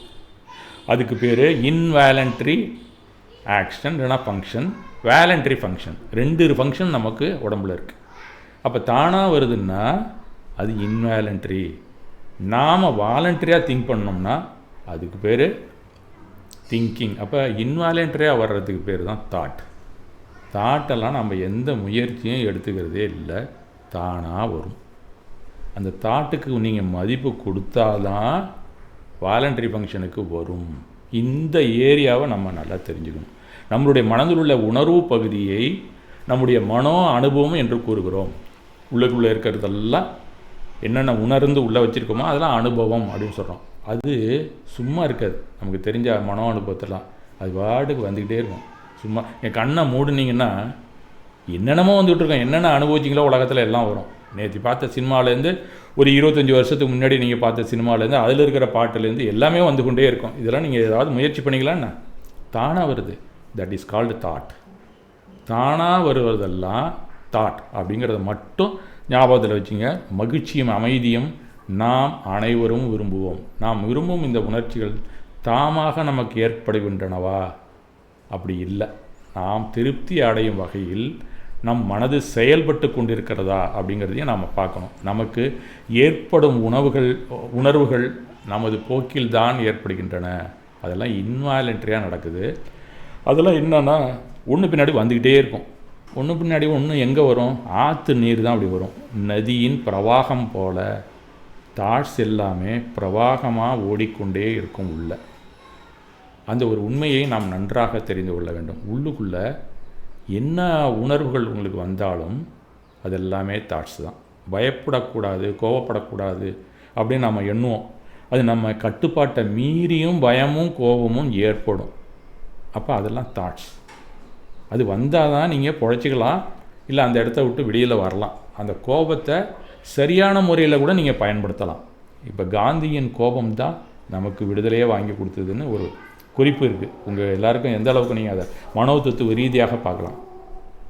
அவருடைய அவரை வந்து முத சவுத் ஆப்பிரிக்காவில் இருக்கும்போது அவர் கருப்பர்கள் அந்த பிரச்சனை வந்தது. அவங்கள வெள்ளை கருப்பு அந்த பார்ஷியாலிட்டி வரும்போது அவரை வந்து ஒரு அங்கே இருக்கக்கூடிய ஒரு இவன் காவலன் என்ன பண்ணால் காலால் உதச்சி தள்ள தான் ஒரு கதை இருக்கும், நீங்கள் பார்த்துருக்கலாம். உதச்சி கீழே தள்ளனோடனே தான் உள்ளுக்குள்ளே அவருக்கு கோபம் வருது. என்ன வந்தது அந்த கோபம்? அவனை திருப்பி அடிக்கணுங்கிறது கிடையாது, அடிமையிலிருந்து நாம் விடுதலை பெற வேண்டும் அப்படிங்கிற முடிவை அன்றைக்கி எடுத்தார் அவர். அப்போ அந்த கோபம் எவ்வளோ பெரிய முடிவை கொடுத்துருப்பாருங்க அவருக்கு. அப்போ கோபம் கூட சரியாக கையாண்டா ஒரு பெரிய விடுதலையே நமக்கு அழிக்கும் அப்படிங்கிறத மகாத்மா காந்தி நிரூபிச்சிருக்கிறார். அன்னையிலேருந்து திங்கிங் போயிட்டார். அந்த பக்கம் வந்தது கோபம், அதை சரியாக பயன்படுத்தினவர் மகாத்மா காந்தி. அதுலேருந்து தான் விடுதலை வெள்ளையனை வெளியேற சவுத் ஆப்பிரிக்காலே அவர் ஆரம்பிச்சிட்டார். அதுக்கப்புறம் தான் இந்தியாவில் வந்து முடிச்சிருக்கிறார் அப்படின்னு நம்ம சொல்லணும். ஆக காந்தியின் கோபம்தான் நமக்கு விடுதலையை அளித்திருக்கிறது. அப்போ அதே கோபத்தை இந்த மன விடுதலைக்கும் நாம் பயன்படுத்தலாம் அப்படிங்கிற உண்மையை நாம் தெரிந்து கொள்ள வேண்டும். ஆக மனோ விடுதலை என்ற பெயரில் அழைக்கப்படுகிறது. ஆக நாம் எந்த உணர்ச்சி வந்தாலும் அதை சரியாக நாம் பயன்படுத்த தெரிஞ்சுக்கிட்டோம்னா, இல்லைன்னா அதை தொடவே கூடாது, அதை போட்டுன்னு விட்டுடணும். நீங்கள் கையில் எடுத்தால் தான் அதை கையாளணும் அப்படிங்கிற நிர்பந்தம் மனசு சொல்லும். ஆனால் ஓடிக்கிட்டு இருக்க அந்த பிரவாகத்தில் நீங்கள் போய் குதிக்கக்கூடாது. நீங்கள் குறுக்க போய் ஒரு கையை வச்சிங்களா, ஒரு காலை வச்சிங்கன்னா என்ன ஆகும்? அந்த பிரவாகம் தடப்பட்டு உள்ள ஒரு சுழல் ஏற்படும். இது தானாக வர்ற சுழல், அதுவும் திங்கிங் தான். ஆனால் நம்மளாக வேணும்னா அறிவை பயன்படுத்தி தான் திங்கிங்கை உருவாக்கணும். தானாக வர்ற சுழலில் மாட்டிங்கன்னா அதை தான் பகவான் ஆர்த்த தியானம் ரௌத்திர தியானம் அப்படிங்கிறார். தானாக சுடல் ஏற்படுத்தவே கூடாது. அந்த பிரவாகத்தில் நாம் குறுக்க போய் நிற்கவே கூடாது. நின்னீங்கன்னா அதுலேருந்து தான் நீங்கள் அதில் லயமாகிடுவீங்க.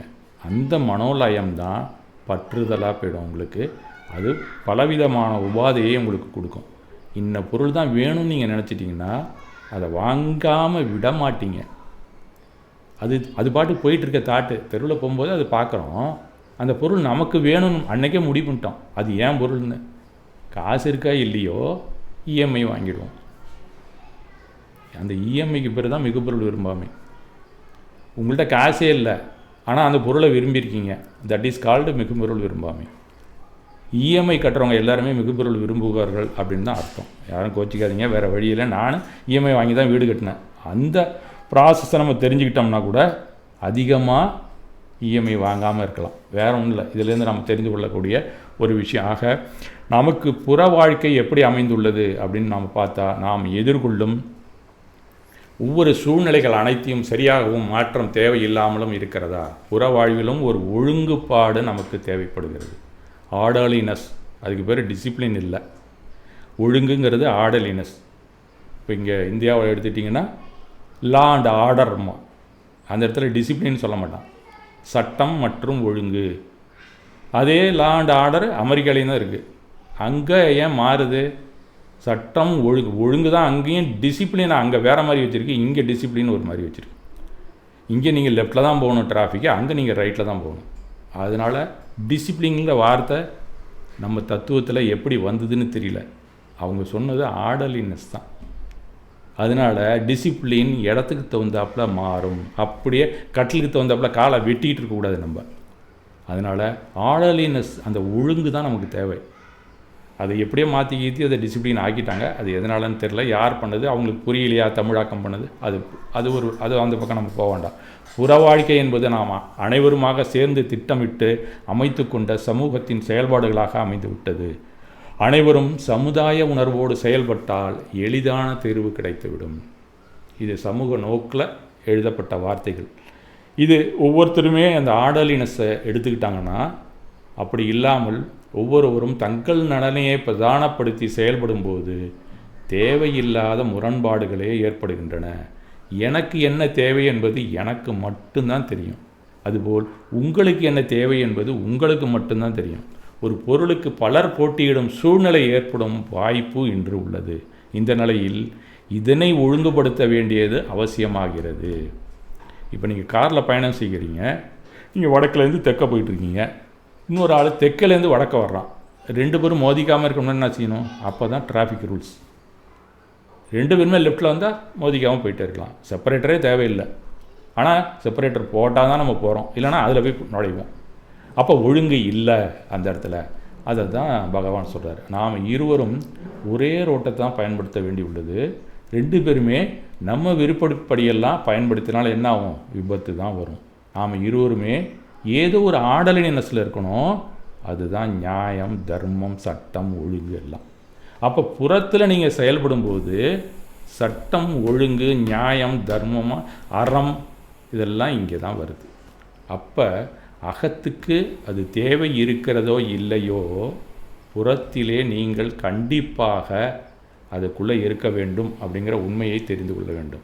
புறத்தில் எந்த செயல்பாடாக இருந்தாலும் அதை மீறி நீங்கள் செயல்பட்டீங்கன்னா ஒன்று கவர்மெண்ட்டால் தண்டிக்கப்படுவீர்கள், இல்லைனா மறுமையிலே உங்களுக்கு ஏதோ ஒரு இருக்குது அப்படின்னு முன்னாடியே சொல்லிட்டார் பகவான். அதில் நம்பிக்கை இருந்தாலும் நீங்கள் மாட்டிப்பீங்க.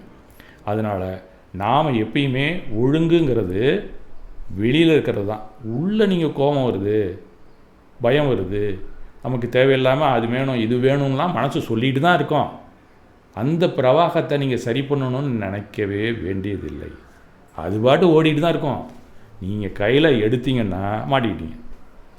ஆக உள்ளுக்குள்ளே இருக்கக்கூடிய அந்த உணர்வு பகுதியை விட அறிவு பகுதியைத்தான் நாம் மிக மிக கவனமாக கையாள வேண்டும். அப்போ தான் இந்த புற வாழ்க்கையிலே சிக்கல்கள் இல்லாமல், பிரச்சனை இல்லாமல் நம்ம வாழ முடியும். அப்படி நாம் இப்படி சிக்கலில் மாட்டிக்கிறோம், பிரச்சனைகள் அதிகமாக போகிறதுக்கு காரணம் புற வாழ்க்கையில் ஒழுங்கு இல்லை, நமக்கு அறம் இல்லை. அங்கே தான் அறத்தை கொண்டாந்து வைக்கிறோம். இது உள்ளுக்குள்ளே இருக்கிறத சரி பண்ணுறதுக்கு தியானம் நமக்கு தேவையே இல்லை. வெளியில் எப்படி வாழணுங்கிற ஒழுங்கை தெரிஞ்சுக்கிட்டாலே உங்களுக்கு போதும். நம்ம வாழ்க்கையில் நம்மளும் சந்தோஷமாக இருக்கலாம், சுற்றி இருக்கிறவனும் நல்லா இருப்பான், பரஸ்பரம் அமைதி அங்கே நிலவும். அதுக்கு நாம் என்ன செய்யணும்னா அகத்தை நாம் ஒழுங்குபடுத்த வேண்டும். அப்படிங்கிறத விட அதுவும் தேவைதான், புறத்தை கண்டிப்பாக நாம் ஒழுங்குபடுத்த வேண்டும். அப்படிங்கிறது தான் மிக மிக முக்கியமானது. அதுக்கு ஒரே ஒரு உதாரணம், நீங்கள் எங்கேயாவது ஒரு ஆஃபீஸ்லாம் ஒர்க் பண்ணிங்கன்னா அதெல்லாம் செஞ்சு காமிச்சிருப்பாங்க. அது ஒரு சைக்காலஜி எக்ஸ்பர்ட் அது கண்டுபிடிச்சது தான். அதை என்னான்னு ஒரு சின்ன ஒரு குறிப்பு மட்டும் உங்களுக்கு கொடுக்குறேன். ஒரு மனோ தத்துவ நிபுணர் கிளாஸ் எடுக்கிறார், எங்களுக்குள்ளே கூட எடுத்துருக்கிறார். அது ஒரு பலூன், எல்லாமே ஒரே கலர். அந்த பலூனை எடுத்து எல்லார்ட்டையும் கொடுத்து அவங்கவுங்க பேரை அதில் எழுதி போட சொல்கிறார். அந்த ஹாலில் ஒரு மூலையில் எல்லாம் போட்டு வந்துடுறாங்க. அதெல்லாம் பலூன் அங்கே இருக்குது. ஒவ்வொன்றுலேயும் எவன் கையில் எடுத்தானோ அந்த பலூனில் அவன் பேரை எழுதியிருக்கான். அது தூக்கி போட்டுருவான், அது உள்ளே கிடக்கும். அந்த பலூன்லாம் வந்தோடனே விசில் அடித்தோன்னே ஓடி போய் நீங்கள் உங்கள் பலூனை எடுக்கணும். உங்கள் பேர் எழுதுனது தானே உங்களுக்கு, பேர் எழுதுனாலே நம்மளுக்கு இல்லை, இருந்தாலும் அது என்னதுன்னு போய் எடுக்கலாம். அந்த ஒரு சின்ன உரிமையாக அவன் கொடுத்துருக்கான். அந்த ஆள் போய் நம்ம எடுக்கிறோம்னு சொன்னால் என்ன செய்வான், எல்லாம் அடித்து பிடிச்சிக்கிட்டு ஓடி போய் ஏன் பலூன் எங்கன்னு ஒருத்தன் இடிச்சிக்கிட்டு தள்ளிக்கிட்டு, அது கொஞ்சம் நல்லா திக்கான ஒரு தோல் உள்ளதுன்னு வச்சிங்களேன், அதனால் உடையலை. அது கண்டுபிடிச்சி எடுத்து அவன் கொடுக்குற டயத்துக்குள்ளே ½ ஹவருக்குள்ளே பார்த்தீங்கன்னா 1000 பேர் போய் எடுத்தால் கூட 5-6 பலூன் தான் எடுத்திருப்பான் அவன் பேருக்கு. இதுதான் இன்றைக்கு நடக்கக்கூடிய ஒரு குளறுபடி நம்ம சமுதாயத்துக்குள்ளே. ஆனால் அதுக்கு ஒரு சொல்யூஷன் அந்த நிபுணர் கொடுக்குறார். என்னென்னா, அடுத்த ½ மணி நேரம் நான் உங்களுக்கு டைம் கொடுக்குறேன், யார் உள்ளே போனோன்னே உங்கள் கையில் எந்த பலூன் இருக்கோ அதை எடுத்துகிட்டு அவங்க பேரை மட்டும் படிங்க அப்படின்னு சொல்கிறார். போய் அவனும் பேரை படிக்கிறான். ½ மணி நேரம் கூட ஆகலை, 20 நிமிஷத்தில் அவங்கவுங்க பலூன் அவங்கவுங்க கைக்கு வந்துடுச்சு. இதுதான் ஒழுங்கு அப்படிங்கிற உண்மையை நாம் தெரிந்து கொள்ள வேண்டும்.